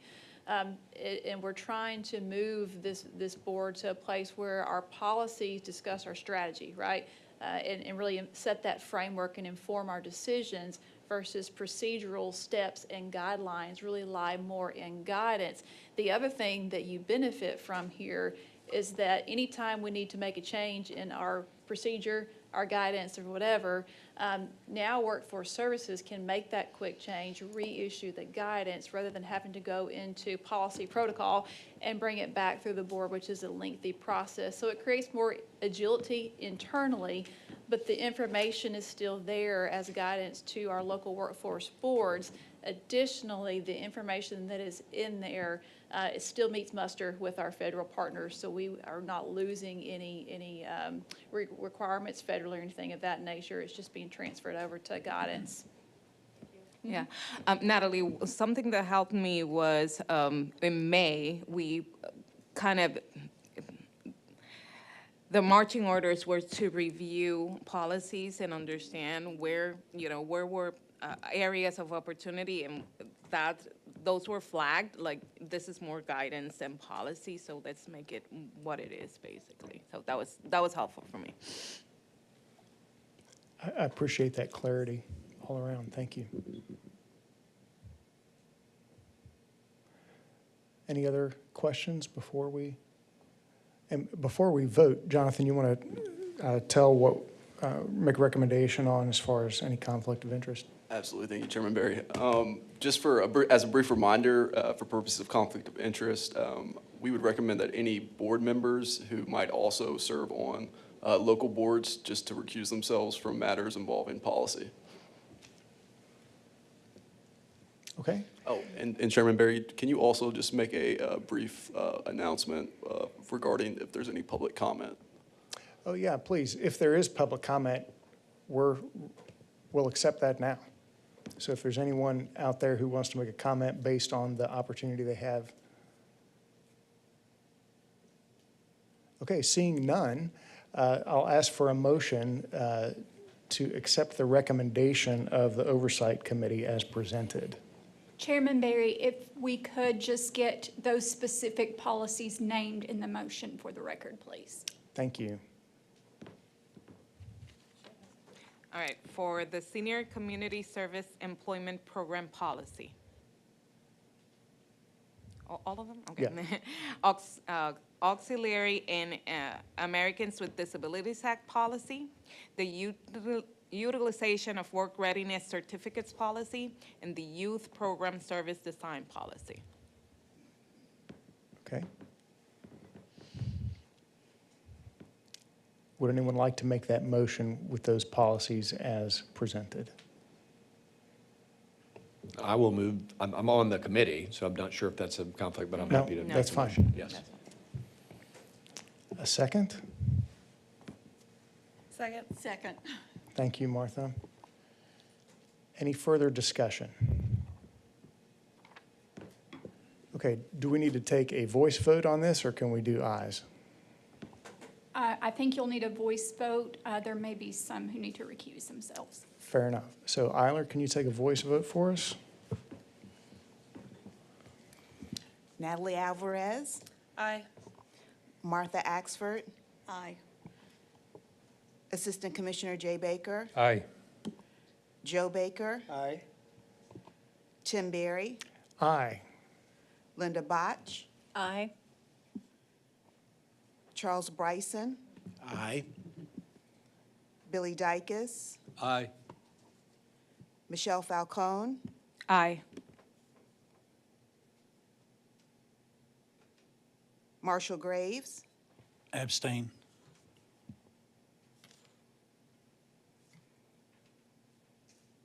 Linda Botch, Aye. Mayor Tim Kelly, Aye. Michael Hendricks, Aye. Sandra Long, Aye. Director Jenny McCabe, Aye. Mike Progreba, Recuse myself. Tim Hitchcock, Aye. Matthew Spinella, Aye. Jason Schmidt, Aye. Derek Hammond, Aye. Commissioner Denise Thomas, Recuse.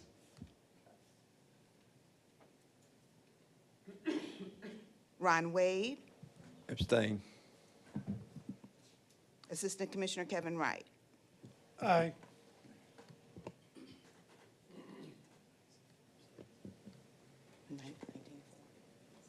And the motion passed 19 yes and 4 abstentions. Thank you very much. Thank you, team. Any additional information from Oversight, Michelle? No, that was it. A lot of homework for the programs, but all Yeah. good stuff happening on the next one. Well, Thank you. thank you for the extra work on that and rolling up your sleeves. Okay, let's hear from Operations Committee. Natalie, what happened in your group this morning? Thank you. Standing in for Stuart Price this morning. We had a very busy morning. Few things. First, we had a tourism update with Chelsea LeRae, who is the Workforce Development Director for the Tennessee Hospitality and Tourism Association. She shared an industry update, a couple wins I wanted to highlight. First, they were awarded a Critical Sector Grant Award for Eastern Tennessee. They developed a regional hospitality and tourism task force and were recently featured in, or hospitality and tourism was recently featured in the Career Guide for Tennessee for the very first time. Moving in to the next piece, Shalandra Shah shared information about the Apprenticeship Week and also shared a marketing video. With regard to the Apprenticeship Week, there are a series of apprenticeship conferences that are being held throughout the month of November in each of our regions. A couple highlights from that I also wanted to share. They're working to get the student nurse apprenticeship approved, And she asked the committee and board at large for ideas to get new employers on board with the apprenticeship program. So here's my appeal on her behalf. If you have suggestions, introductions, or ideas, please find her. I'm sure she's here somewhere. We also had a presentation on the American Job redesign with Rebecca Brummett. She punctuated the flexibility of outreach and access points that they're working on within each community. She also shared a workforce services marketing update and an overview of policy updates that support the AJC redesign. Next steps for that, we're looking at staffing realignment, upcoming training, and local board actions. Last but certainly not least, we had a business engagement update with Ryan Jolly, the Workforce Assistant Administrator, who shared an update on business engagement plan and presented a marketing video for employer services, which I think had a great tagline, "Your Force for Workforce." Nice. Any questions for the Operations Committee? I do like that tagline. That's fun. Okay, let's hear from Innovation Committee. Marshall? Thank you, Chairman. This morning in Innovation, we had a presentation primarily focused on the Rural Healthcare Initiative. Jessica Hill from the Division of TennCare, Leslie Meehan from the Department of Health, and Mitch Curry from Tennessee Higher Education Commission, along with our own Teresa Smith from Labor and Workforce, presented a lot of initiatives that are coming out of a task force. The state stood up a task force, the Tennessee Rural Health Care Task Force, last year. Out of that task force flowed 13 recommendations in 3 areas: access to care, workforce development, and social drivers of health. From that, each of these groups is letting various RFPs for different initiatives across the state. Be aware that our team in Labor and Workforce has a funding opportunity out. I will draw your attention to your email of October 15th. And if you're like me, you can just type in rural health and you'll find that on October 15th, we received a correspondence from the Department of Labor and Workforce that gives you a copy of the funding opportunity. One of the things that we're paying attention to in our committee is kind of what our role is as a committee. And to lift off of Natalie's comment, one of the things we can do as board members and as committee members is to promote the things that we learn and hear about in our committee. So I would ask you all to review that October 15th email. I'd ask you to take time to find the stakeholders in your community, rural communities, and get the copy of this to them and encourage them to look at that. Also, each of these other departments will be letting RFPs over the next few months. They are different in terms of their scope, and I don't have time to get into all of that. But I would ask you to pay attention to that. I think it's really important that our state's paying attention to this, the issue of health, of care. One of the critical ways that the state has been able to do this, and from what I understand, no expert, but just to kind of give you all some flavor here, the state of Tennessee has a unique relationship with the Center for Medicare and Medicaid Services. In that relationship, we have a negotiated refund or payback or savings when the state enjoys savings on spending that would otherwise be budgeted for these kinds of services. The state has an opportunity to take advantage of some of those savings. It's a lot. It's like $300 million a year. It's not predictable that would last into the future, but it's still been a significant amount of money, close to $1 billion over the last 3 years. And that money is being used to look at ways to develop programs in rural Tennessee and to expand our workforce in this area. So I think that's very innovative, and that's what we heard about today. In general, our committee is really focusing on, it's very easy to come into the Innovation Committee and believe that your job is to innovate. But as a committee, that's not really our job. Our job is to challenge the innovations, to support them, to promote them, to guide them, advocate for them, and to think strategically with the state around those various programs. So that's kind of where we're headed as a committee, and we were very grateful to have this presentation this morning. Thank you, sir. Any questions for the Innovation Committee?